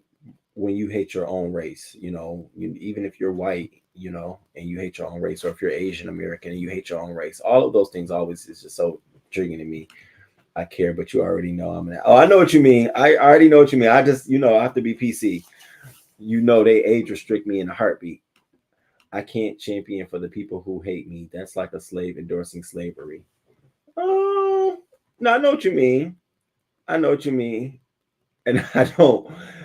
That for me would mean that I have to look at this situation like he's a slave master, and I don't even put him that high at all. And Benzino needs to stop embarrassing himself in his film. He really do. You know what's so funny? We're going to talk about it next Wednesday. Is someone from Grandmaster Flash killed someone who was homeless 4 years ago, was just sentenced recently to life in jail. And that guy, he stabbed him because he thought the man was being homophobic in the middle of the night, asking him what's up at 12 a.m. Come to find out, the guy, the celebrity from Grandmaster, I don't have the facts up right now. He was coming from his job. Y'all know where he was working at? He was a maintenance man. He was a janitor. This guy, Grandmaster. So Benzino, you can go get a job. You can go become a janitor somewhere. You can go do something. It don't even have to be that. But I'm saying that you can go get a job and stop worrying your daughter. Like, you don't have to be out here treating her like she's some scrub or shrub. That girl is trying to definitely do her thing. Yeah, he stepped out of line. Yeah, he stepped out of line originally with the Clubhouse situation, but she went on to Breakfast Club to address, you know, the conversation about whether or not is she from the hood? Does she really live that life? Is she about that? And then she had to go and clear it by saying, for the record, let me tell y'all, and we don't have, you know, food in our mouths. You know, when she said something about life, she said, you know, the life. I had to figure out my life after the source and stuff like that. So, but when she went on there, that's where it ignited a conversation. I guess that's when he started texting the mother and her, and she came out on Twitter basically saying, like, I don't want to put this out here, but this man needs to leave me alone. It's like, damn, God, damn. Benzino needs to stop. He is letting the sugar, his tank, get him high. He really needs to stop. Please. You don't think we wouldn't even accept that at this point? The gates are closed. Membership is closed. All right. So in some other news, I wanted to just close this person's out. Meagan Good and her ex-husband Devon Franklin, they finalized their divorce settlement. And it's just so interesting. If you go on like Twitter or where did I find this? The Shade Room, and look at some of the comments. It's funny because people have their own sort of way about their relationship. Some people said that all she really wanted to do was get out of that divorce, that marriage. She really didn't want to be with him anymore. She's not really, you know, she really wants to live her life. She's a young woman. She wants to just take pictures and be on social media, stuff like that. And I was just like, wow. But after it goes on to say that since the news went public, Good has referred to it as the most painful thing she's ever experienced in her life. Nonetheless, the 40-year-old actress has remained optimistic for what God has in store for the future. As the two have begun to move on with their lives, their divorce has also seen progression. According to court documents acquired by Radar, Franklin has asked the judge to grant him a default. This means that the divorce will be finalized without Meagan present, since she has not been showing up to the court hearings. And so when that's the part where folks are like, well, that's because she just all she want to do is get out of it. She don't really care. But what's being explained is that she allowed him to be in control of the paperwork on his own. In his filing, it states that the two came to a mutual agreement that would allow them to both divide their property and assets. Additionally, neither of them will request spousal support, and Meagan has the right to restore her last name. While the reason for the divorce has never been made known, it is reported that Franklin filed under the notion of irreconcilable differences. So I'm glad one of the divorces of 2022 that's coming to an end seems to be amicable. It appears like they're still friends. Just wrong time, wrong place. I know we're going to get more details about, this. I just know it. There's going to come a point where she's going to probably want some relevance. He's going to want some relevance. Someone's going to ask a question. They're going to give us something. All it takes is somebody to pull that out. But I know they're going to give us more details about this. But for the time being, I'm glad that they're closing this chapter out of their life on good terms. They're both, very good in their careers. So kudos to them. Hey, Jay Parrish, good morning to you. Good morning, everyone, everywhere. Have a great day on purpose. I know that's right. I've been side-eye Meagan Good for years. Screams Hollywood. The Bleach Skin is a podcast in of itself. You don't have no you on it today. Yes, Meagan Good. I definitely, I don't know. I definitely feel like Meagan Good is going to be a different version of herself now that she's not married. Not that that's a good or a bad thing, but I think she's just going to get to do some things that she may have been restricted in her marriage as being a God-fearing woman. Not saying she's not a God-fearing woman, but now she gets an opportunity to live her life. And him too. Sometimes you never see the things you couldn't see when you were married. I've never been married. I don't know, but I've been in relationships, and once I've gotten out of them, it was like, oh damn, you just see things. So I want them both to keep their heads up. The next one I want to talk about, speaking of relationships, is Monica. Monica went to go visit C Murder in prison, and everyone was looking at their pics, and I was looking at their pics too. But check this picture out here. Baby, look at this background that they chose and the grunt and the floor. Now I thought it was cute. Everybody's talking about how she goes up for her man, that been her man. You know what I mean? All of the songs she sings about, she really is singing about him. He recently tweeted on Twitter, I want to say back in November when she went on a concert for the Free C Murder. He tweeted, "My baby killed it at the show. Her singing this outfit, a true queen. We knew from day one this was real love. Opinion changes a fact, and we got the history to prove that. If you know me, you know how I'm coming about her." So all I got to say is that's what's up. I'm not mad at her. I just was like, damn, out of all of the backdrops they chose, this is the one they chose. I know they could have flipped down something else. And it was a real blurry picture, so it wasn't like you could see. It really gave prison tease. It gave whole prison tease. Proud of you for sticking it in with him throughout this whole time. I definitely think it takes a disciplined person to date or be in love with someone who is incarcerated, because that takes a lot of patience, a lot of love, a lot of trust, a lot of, securities in yourself. So shout out to Monica for that. I had no idea at all how he tweeting from Angola. I don't know. Angola, stop. I am seeing headlines that Meagan Good is out here with the whole thug tattoos and all. I wouldn't be surprised. Monica loves C Murder. That's what they're saying. That's her boo for life. She's never letting him go. That's dope, though. I mean, I think everybody want that kind of love. That is some real. That's dope. I respect that shit. They truly love each other.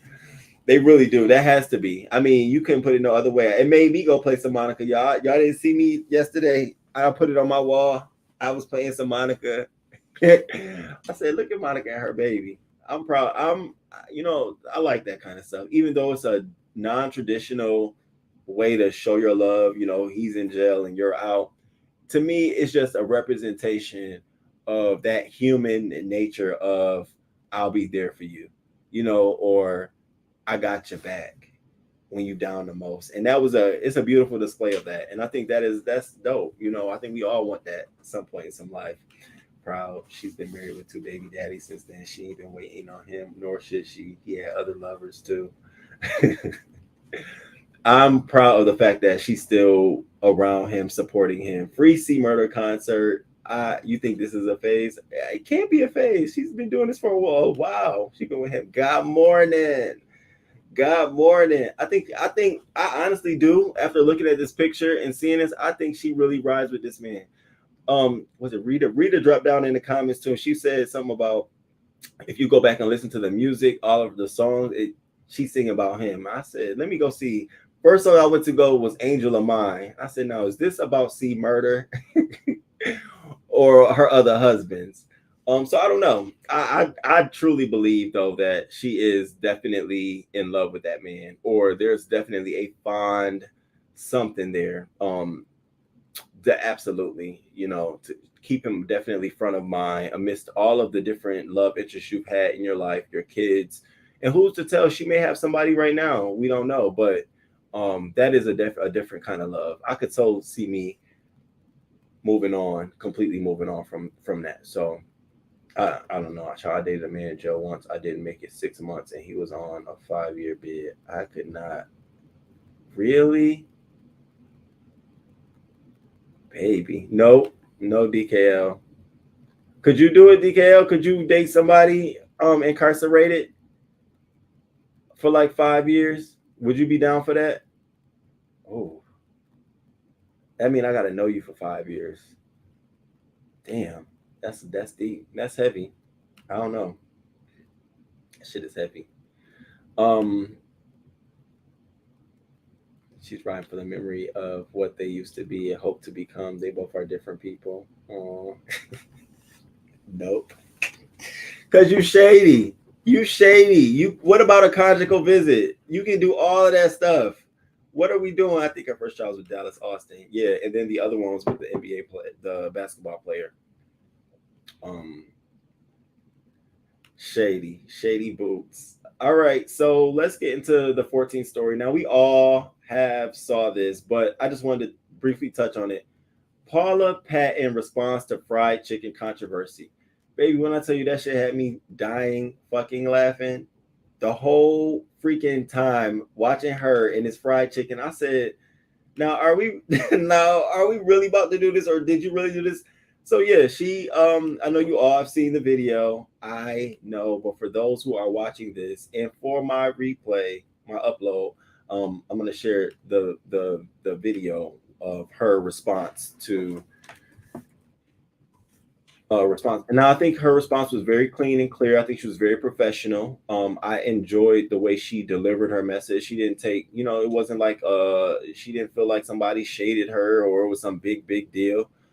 So I gave her kudos for taking that approach. Now I still don't give her kudos for not knowing that she can't season the grease. You don't season the grease. I just still lost my brain on how seasoning the grease, like it ain't gonna do nothing. It's just seasoning the grease. So here, check this out.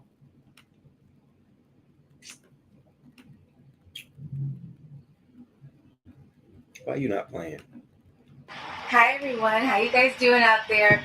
So I'm in Mexico with my son, and we're out here anyways. And I woke up and then people were like, "You see on Instagram and TikTok and Twitter, they're talking about the way you fried chicken." I was like, "Oh no, what?" That's okay. I just wanted to respond and say, listen, I get it. It might look crazy. It is the way we do it. My mom taught me. It is my mom's recipe. I do believe in washing the chicken, and maybe the way the video was edited, it looks like I don't wash it long enough, but I definitely do because I feed it to my son, and I fed it to his whole school. That batch I made it for his school.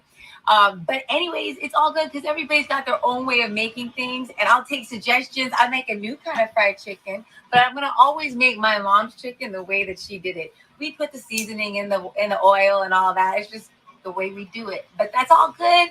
I just wanted to send everybody love. I appreciate the comments and the room for improvement. and to know that this is just the old family recipe. That's how we do it. Okay. But it's all good. So I hope you all have a wonderful Tuesday. Sending you all love. Mwah. Bye. Now, here's my thing. I thought if you was seasoning grease, I thought you would catch. I thought like a fire would start. Like I'm thinking like, damn girl, you gonna start a fire sitting there just putting season on hot grease like that? Like what the hell? But I did like her response. You know, it is something they do. It's a lot of people cook differently than people, and I was shocked that she made a batch of that for the kids' school because I was like, oh wow, so okay. I don't know. It must taste good. It must be seasoned. Can somebody try it? That's what I was gonna ask. Can somebody just try frying chicken and season it in the grease and tell me if you taste the seasoning? Because I feel like I'm gonna burn the kitchen down if I do that shit. I'm just too scared to throw some salt and pepper and some seasonings on grease. So if anybody is trying it or did try it, can somebody just let me know? Bless her. She looks like Alicia Keys here. She looks good. Paula Patton looks good. Yes, she does. I loved her response, but that chicken was raw. Okay, I would not be eating no chicken like that. That was a hot mess. And no, Paula, it don't look crazy. It is crazy. Y'all was killing me in them comments. Her mama is white. That's why she cooked it like that. Do you think that, because I kept thinking like, okay, if you frying chicken right, we know the fry is already making the flour hot on the chicken. So if you're throwing the seasoning on top of that, is it hardening the season to the flour? Is that the concept you're thinking? Because in my mind, all it is just frying seasoning. Like you're just getting it in the liquid. It isn't that dense that it's going to fall right on a piece of chicken and stick to the chicken, the coating of the chicken. I kept thinking like, it's just going to go all over in the grease. Like you just turn the color of the grease a different color. So I don't know. Paula Patton just showed the whole world that her black family don't mess with her.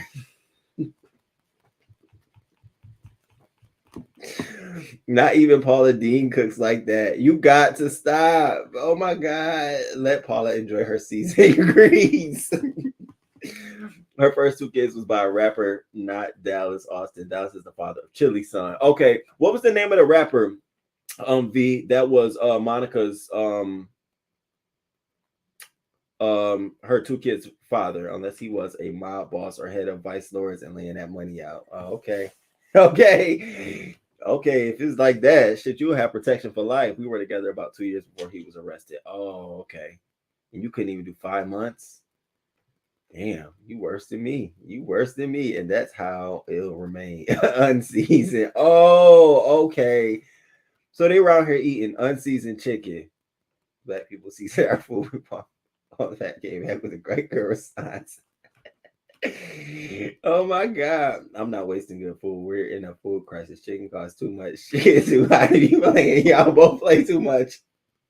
Good morning, Gary. Good morning. Hugs. I'm not waistline my chicken trying that. See, then that's when you have to just cut the chicken up, put it into some salad or something, because Rocco is his name. He was so corny. Rocco was so corny. I'm not wasting my chicken trying that. I'm not wasting my chicken trying that. Oh my God. I'm not even going. I can't even lie to you. I'm not either. I'm just glad she cleared it up and it didn't leave a big fucking deal, you know? All right. So this other story, oh my God, I had to bring this up today. Amir Locke, the no-knock warrant killing of Amir Locke results in no charges. This is a really, really crazy story, and I'm going to play a video clip, but I want to give you some details of the story. So this young man was laying on his couch in his house, and he was faced with the no-knock warrant. Now, the no-knock warrant was actually for, they're looking for his cousin. His cousin was apprehended and being charged for the murder of someone that his cousin was involved in. Unfortunately, I guess they thought his cousin was in the house or there. So they came, knocked on the door, and shot this man. They say within like the first 5 minutes, because they saw him pull out a gun and a weapon. Now, he was sleeping on his couch. So you think about it with these fucking no-knock warrants. You're sleeping on your couch. Somebody comes to your door. You know, I don't know if he's a drug dealer or what kind of lifestyle he has. It don't matter to me. Somebody knock on your door and just bust in. You grabbing your closest weapon. And because you've done so, you have now, your life has been taken.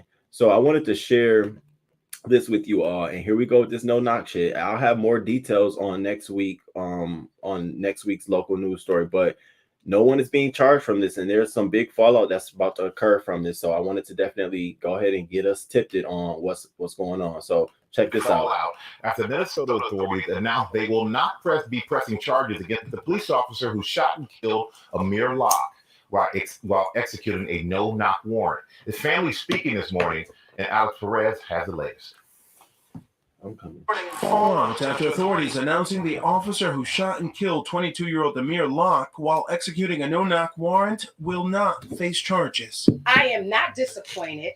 I am disgusted with the city of Minneapolis. Minneapolis police say Locke raised his gun in the direction of SWAT team officer Mark Hanneman. Amir Locke was holding it by the butt of the gun in a shooting position, although his finger was not on the trigger. That gun was pointed directly at Officer Hanneman. Moments later, Locke killed. Body camera video shows officers using a key to quietly enter the apartment, then announcing themselves. Inside, on the couch and under a blanket at his cousin's apartment, Locke appears to be woken up by the commotion and then seen with a gun in hand, Hanneman firing 3 shots. Locke was not a suspect, nor was he named on the warrant. His family says he legally owned his gun. You don't want to put anybody on trial for a case simply to meet public demand. It has to be a ethical consideration based on prosecutorial ethics. His emotional mother issuing a clear and direct message to the officer who shot her son. You may have been found not guilty, but in the eyes of me, being the mother who I am, you are guilty. Continue to have your restless nights because I know you do, but you're going to continue to be restless because the spirit of my baby is going to haunt you for the rest of your life. And prosecutors who reviewed the evidence say there were no charges that they believe would hold in court. Locke's family says they still intend to pursue a civil suit. Robin? Yes, they do. All right, Alex, thank you. Hi, everyone. George Stephanopoulos here. Thanks for checking out the ABC News YouTube channel. Very crazy story. Very, very sad. Very, very sad. Let me read this one bit of details I want to share with you all is that Locke was not named in the warrant, but his 17-year-old cousin, Makai Camden Speed, was. Speed was recently apprehended and charged with 2 counts of second-degree murder. The charges were in relation to the killing of a 38-year-old Otis elder who was fatally shot and left lying in the street in what authorities believe was a robbery. Another thing that's sad is that he had no history of violence. So all of this happened, this in a blink of an eye, this man has lost his life because you all were issuing a no-knock warrant. Now what the mayor has done, the mayor has issued a they're going to do the no-knock warrant was conducted as a part of an ongoing homicide investigation in the city of St. Paul, Minneapolis. However, the mayor has formalized a moratorium on no-knock searches that will be put into effect on April 8th, requiring officers to knock before entering a residence.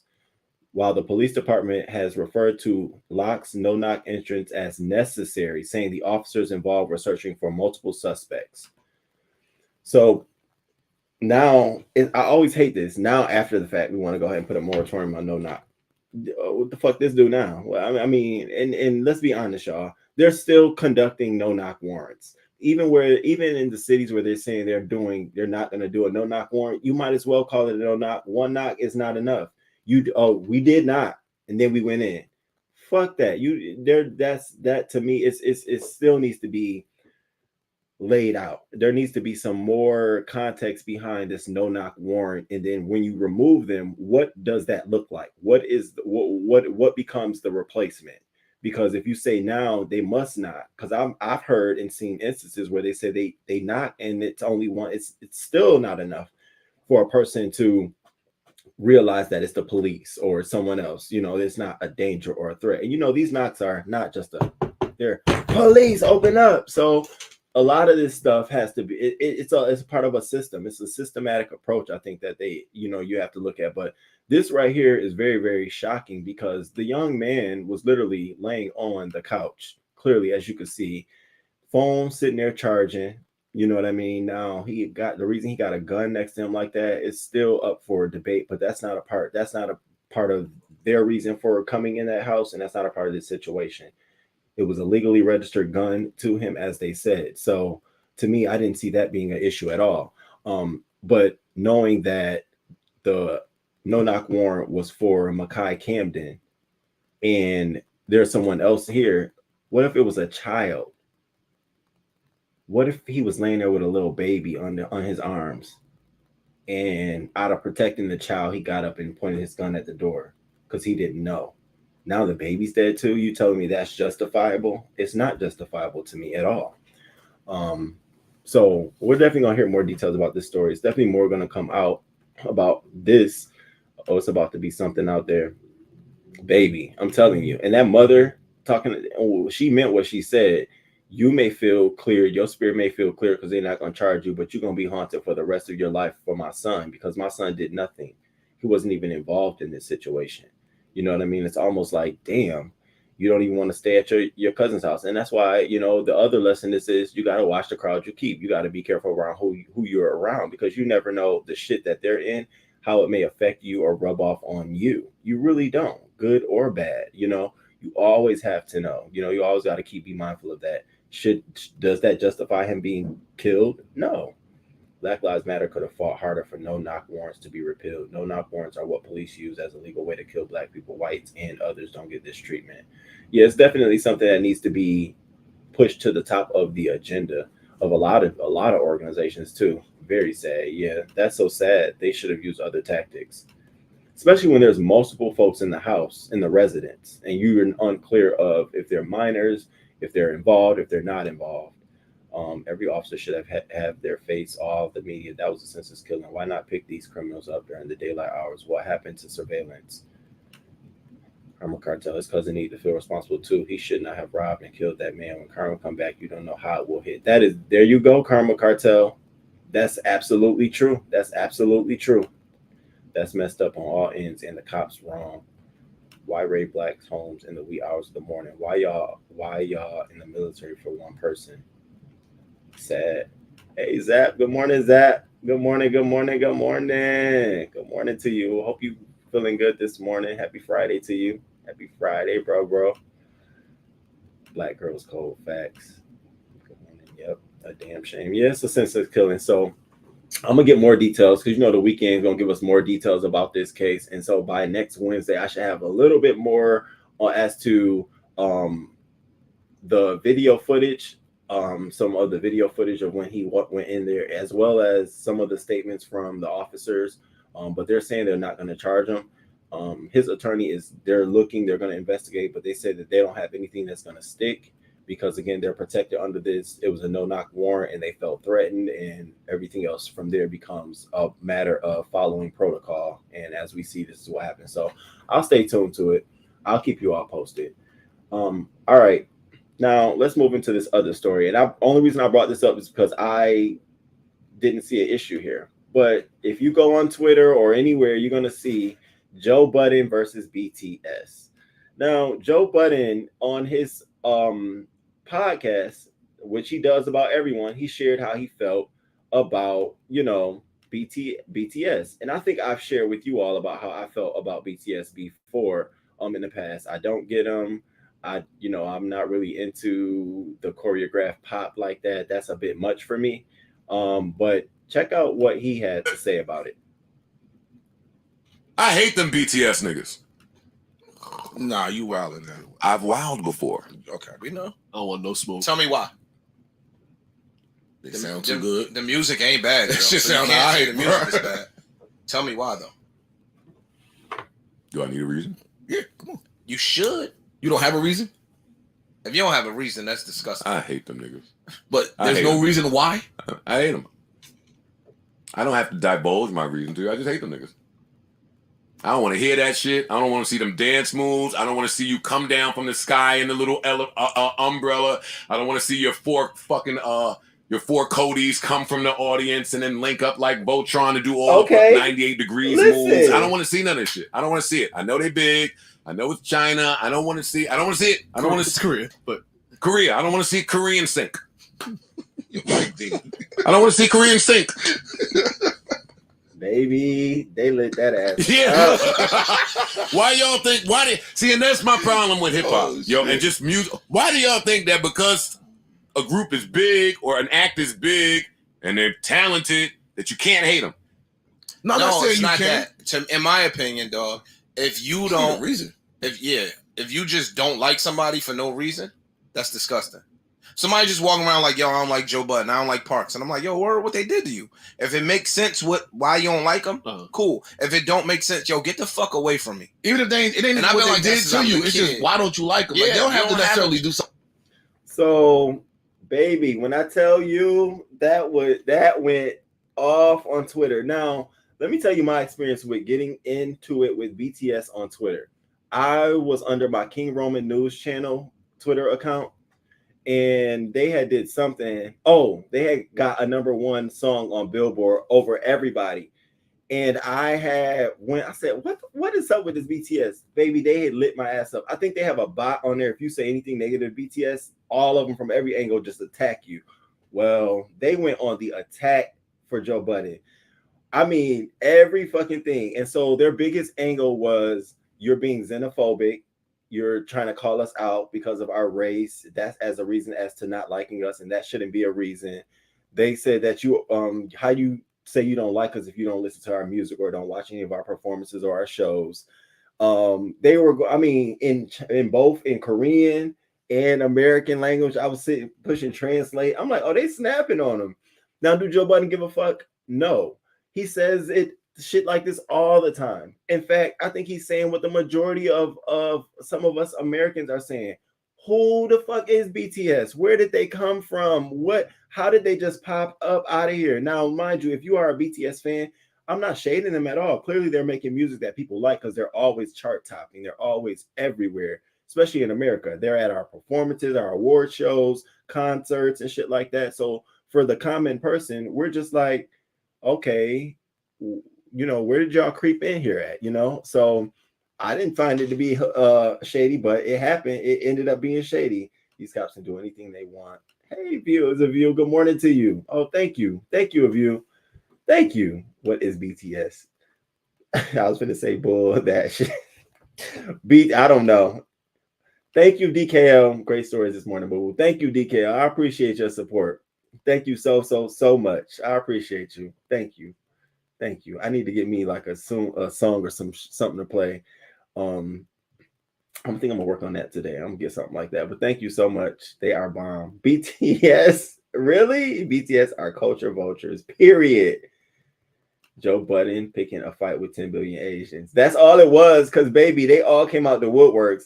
And it's funny because none of them were like disrespectful comments. They weren't like fuck you or you calling him a bitch. They were literally all like putting facts and stuff like, they sold X amount of records here. How can you say that? You've never sold that. Like they were putting facts to the comments. So I said, okay, that's kind of the wrong group you want to go against. All right. And then we're going to get into, we did Paula Patton response. Okay. Now we're going to get into my final two topics of today, which is Lee Daniels on Jussie Smollett. And I think also Lee Daniels was also on there with she was on there with Armon Wiggins, but I didn't really learn too much from that one, but I did want to talk about the Lee Daniels portion. So Lee Daniels cried like a bitch about painful Jussie Smollett scandal. So if you didn't get a chance to check this interview out, let me show you this little clip of what transpired. So we talked about this interview popping off this Wednesday, and we sort of talked about, are you mad? Their conversation. I was confused. I was confused. So what happened? You tell me. I don't know. I don't know either. I mean, when I tell you, he says it didn't happen, and so I have to believe him because he says it didn't happen. So I have to believe him that he believes that it didn't happen. I have to believe him because that's the boy that I cast, and that's the boy that I love. And he was you. He was you. Listen, he. It's too painful to talk about, girl. I can't. It's too upsetting. Did you cry, Lee? Like a bitch. Are you mad? So,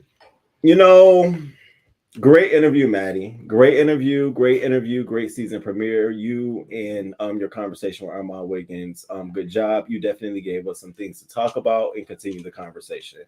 So thank you for that. Now, my take, in my opinion, my commentary on what I saw. I literally saw Lee Daniels trying to get himself out of calling Jussie Smollett to the rug. Like, it's clear that how he felt about Jussie Smollett during this situation has changed, because he was saying things like, I had to believe him. I believed him. He said it. I had to believe him. It was painful. I cried like a bitch, which leads me to believe he's changed his opinion. Whether he doesn't believe him or not, or he does, he doesn't want to say, which also leads to believe that they're in communication. They're still tight. They're still cool. They're still talking to each other. So here's the question, News Crew. Will we see Maddie and Jussie have a conversation that then provokes a conversation publicly between Jussie and Lee Daniels?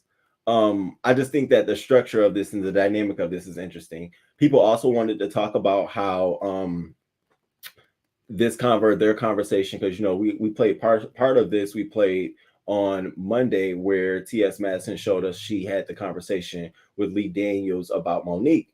And after watching it in its totality, I definitely felt like her conversation with Lee preempted him and made him feel a certain way about Monique. Whether he was going to do it then or a month out, I think it sort of sped up that process. Do I think it made him change his mind to think positive about her? No, I think he felt like that I think he was leaning towards that this whole time. I just think that this was the public catalyst. Like, okay, here's an opportunity I'm talking about in the public. Well, let me continue that dialogue. Like I told y'all before, whether it was shady or shoddy, it is what it is. Will Monique get paid? Definitely. Is she getting paid? She probably is. It's always funny how the underdog ends up becoming the sort of rising to the occasion, and that's how I feel about Will when I look at what's going on with him. So Lee, he's not going to tell us the real on how he feels about Jussie. He's still behind the scenes. He probably supporting him financially. It is what it is. Lee is a part of the I don't know if he's disclosing that publicly or not, but Lee's are cold with it. Lee is definitely a part of something. So we'll see. I don't care what no one says. So I go with it. Wait, V, do you really like BTS? I'm trying to see, are you joking or not? More Asians around the world to support those cheese balls. You don't like BTS? I cannot get into the music. I can't get into Korean sync. And then it's like, how do they sound so American, but when they talk in their interviews, they're very much so Asian? It's like, do y'all have dub overs and we just see you all lip syncing? I don't know. I have my own speculation. Jussie is innocent. Really big. Good morning to you. Are you really believe that Jussie is innocent? Like, for real? Lee Daniels has replaced Jussie Smollett with Monique. He low-key, high-key is publicly over the gate squad. I think that listen, okay, I'm gonna keep it real with you. I feel like Lee is not indebted, but he feels some like a loyalty to Jussie Smollett for whatever reason. Don't know what it is, but he wasn't as candid about Jussie as he was about Mo in that interview. Some things he didn't want. It's too painful. I don't want to talk about it. I don't want to touch on it. Well, what's too painful? The man's already been indicted. Now he's out of jail. Like, what? There's nothing else to talk. How did you feel? Do you believe him? I mean, I don't be getting how this is hard. King Roman, you and Jussie Smollett are cool. Yeah. Did you believe him?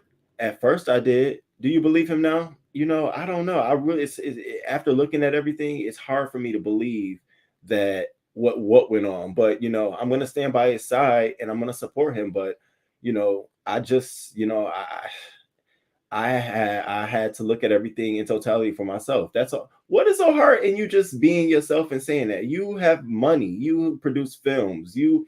I don't get the whole trying to save this man. Which then makes me ask other questions. So So that's why I said I got to stay tuned. I got to see them two together on a couch somewhere so I can look like, oh, okay, see this chemistry, because I don't know what the chemistry is. Maybe to the corner now. Hey, I assume he was a part of the community. I think he's a Luther Vandross type. You know what I mean? Like, he is, but don't ask him. I never will. That was way too much. All right.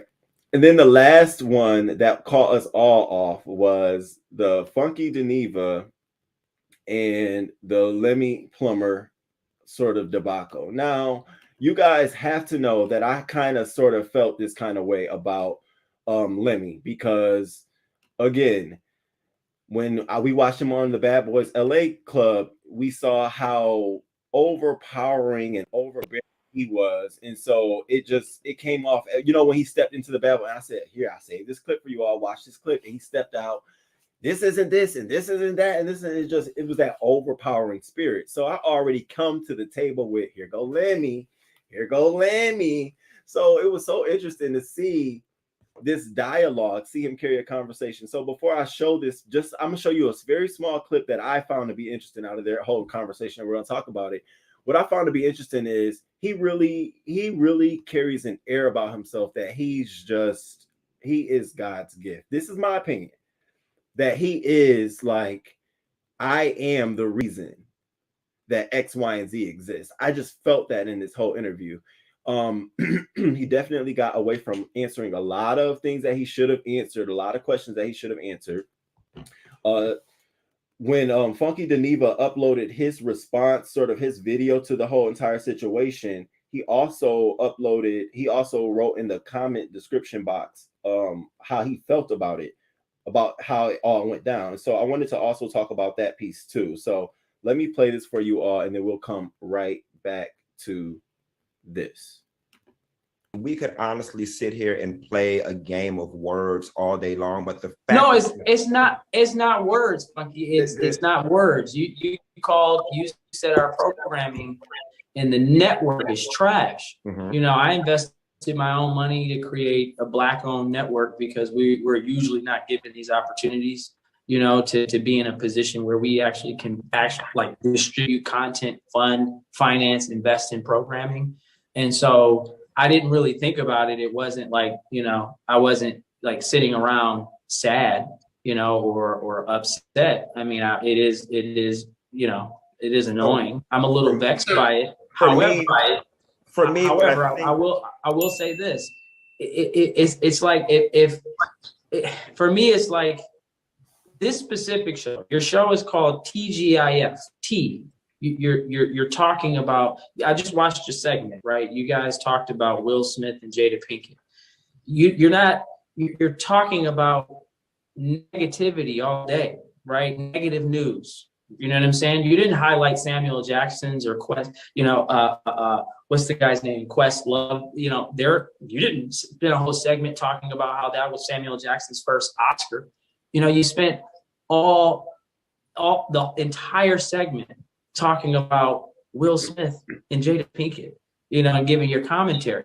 So in a sense, TGIF is trash. Or maybe, you know, maybe you're an association. Maybe you're an affiliate of Zeus. I'm confused. You know what I mean? So what are you saying? Okay, so Mr. Plummer, hold on, Al.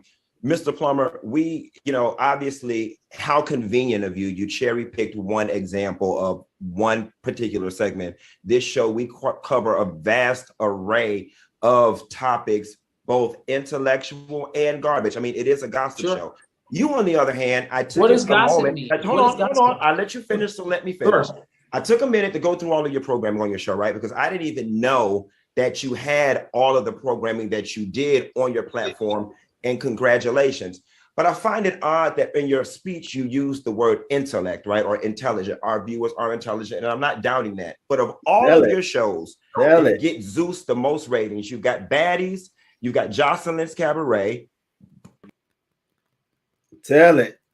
So they had this heated exchange. Now, Lemuel came to the conversation just hype. like he had this like takeover spirit. No one could get a word out. He started talking over everybody, all of this stuff. And Funky point really was to say, you create programming that's trash. It's not, you're not highlighting the best points of people. So you can't come out here like, oh, this is good TV, this is great TV, we're doing all of this stuff, because it was in response to Funky Daniva's sort of opinion and commentary on Zeus. He came out and they started the sort of segment with that. And so he's trying to defend it by using example as well. You guys talk about negative mess all the time. So does that mean you're negative mess? No. That first of all, you can't call newspapers and journalists and commentary and opinions and folks who do that, you can't call them the perpetrators of your behavior. The only person who can change that behavior is you. Now, granted, I get it's a business, so business sells, but why not lean on that? Why not say that? Why do we have to play like we're for the community and I'm doing, he if you go watch it, he continued the conversation by saying, we're not doing just negative stuff in these shows. We really do highlight their stories and we highlight talent and we really talk about them. I'm sitting here thinking like, yeah, I'm watching Bad Boys LA and I'm telling you, almost every episode has been nothing about fighting and the most controversial things. And so this upcoming episode, it'll be exciting to pair what he just said up against what we're going to see. Now, do I feel like it's a business? Do I feel like it's right or wrong? No, it's not right or wrong, but it is a business.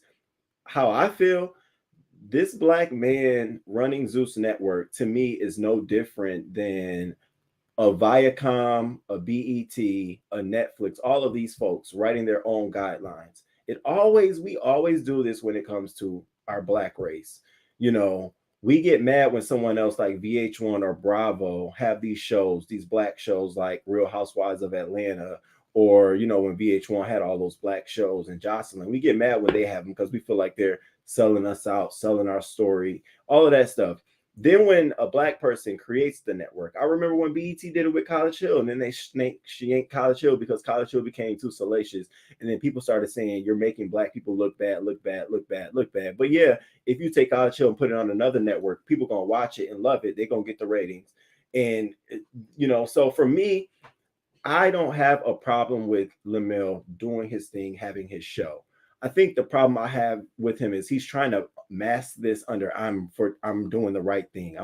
Bruh, we ain't dumb. We wasn't born yesterday. You trying to get a buck. You trying to spend the best show out here with the ratings. Do that. And in tandem, like you were saying, you can do all the other great stuff. Put all these other great shows on, work with all these other folks. But to come out here and try to really finagle yourself when Funky was really trying to pull out of you, at what point in your programming, your current programming, since you used the word intelligent, are you showing or displaying intelligent programming? He did not call your consumers crackheads, but what he said was there are crackheads out there who want crack. Do we give it to them? And so he's like, he turned that around saying, well, I don't think my consumers are crackheads or anything like that. Well, who the fuck calling them crackheads? Nobody know your consumers like that, your subscribers. I'm one of them. I ain't no fucking crackhead. Did I take offense to it? No. But don't act like you don't know what you're doing. Like we don't see it for what it is, So Funky, Lemmie. Oh yeah, Zeus. Yeah, I like the Lemmie the plumber. He's he on there. I mean, his whole look is just so funny to me. I'm like, oh wow, okay, get it, CEO. Random side note: Al needs Arnez.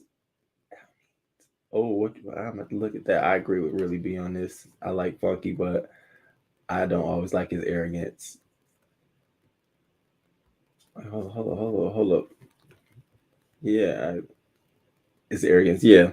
No, yeah, I definitely, I understand, although the Zeus Network has some ratchet content, it is a subscription network. Subbies know what they're buying into. That's what I felt. That's how I feel. Like, that's why I was saying, like, bro, you don't have to like try to die on the righteous sword. You know what you're doing. Say that shit. You know exactly what you're doing. Just say that shit. I don't understand why it's so hard nowadays where it is what it is. You think people are going to stop watching? You think people are going to unsubscribe? No. You on TGIF. They ask you a question.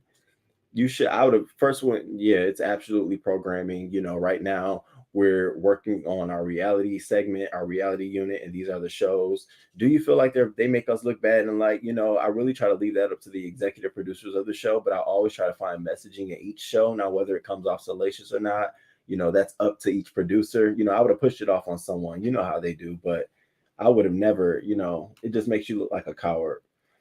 Great. I will check those out. I'm just starting to get into celebrity news. I will add some of my lineup of topics.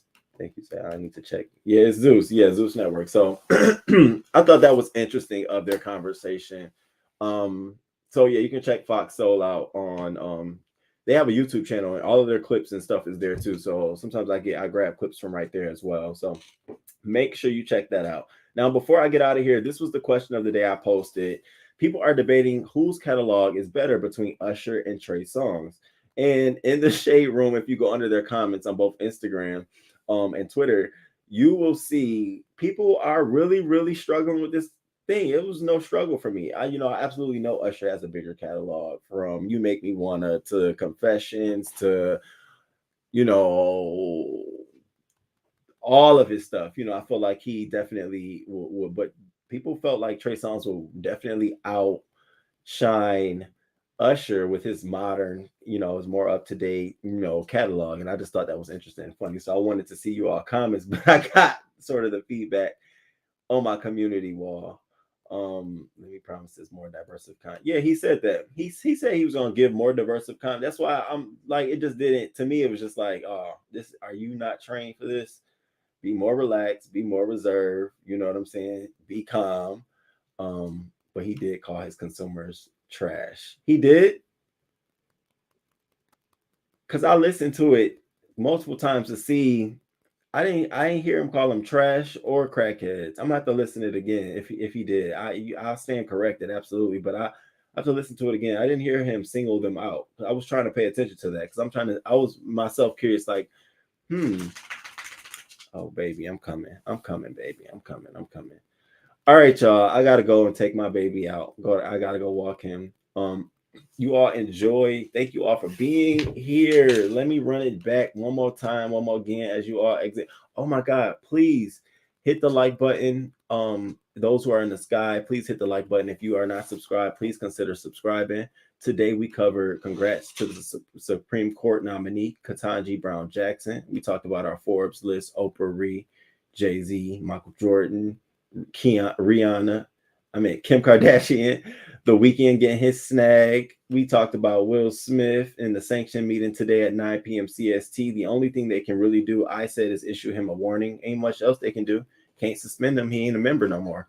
We talked about Ashanti receiving her red carpet. Her Walk of Fame, Hollywood Walk of Fame, and that the song Always on Time was meant for Brandy. The Snoop Dogg sexual accuser dropped her lawsuit. Christian Obumseli, the mysterious circumstances around his death, being stabbed by his OnlyFans girlfriend. Coi Leray and Benzino, their triggered relationship. Meagan Good divorce settlement finally comes to an end. Monica goes and visit her boo, Amir Locke, and the no-knock warrant that led to his death. We talked about Joe Budden versus BTS. Paula Patton responded. Lee Daniels on how he felt about Jussie Smollett, which I really felt he didn't really say too much. And then we ended it with Funky Geneva versus Lemmie Plummer. So thank you guys again for being here. Make sure you hit that like button on your way out. As always, it has been a pleasure. Thank you to the members. Thank you to my wonderful moderator. Thank you so much. I got you, boo. You know I got you.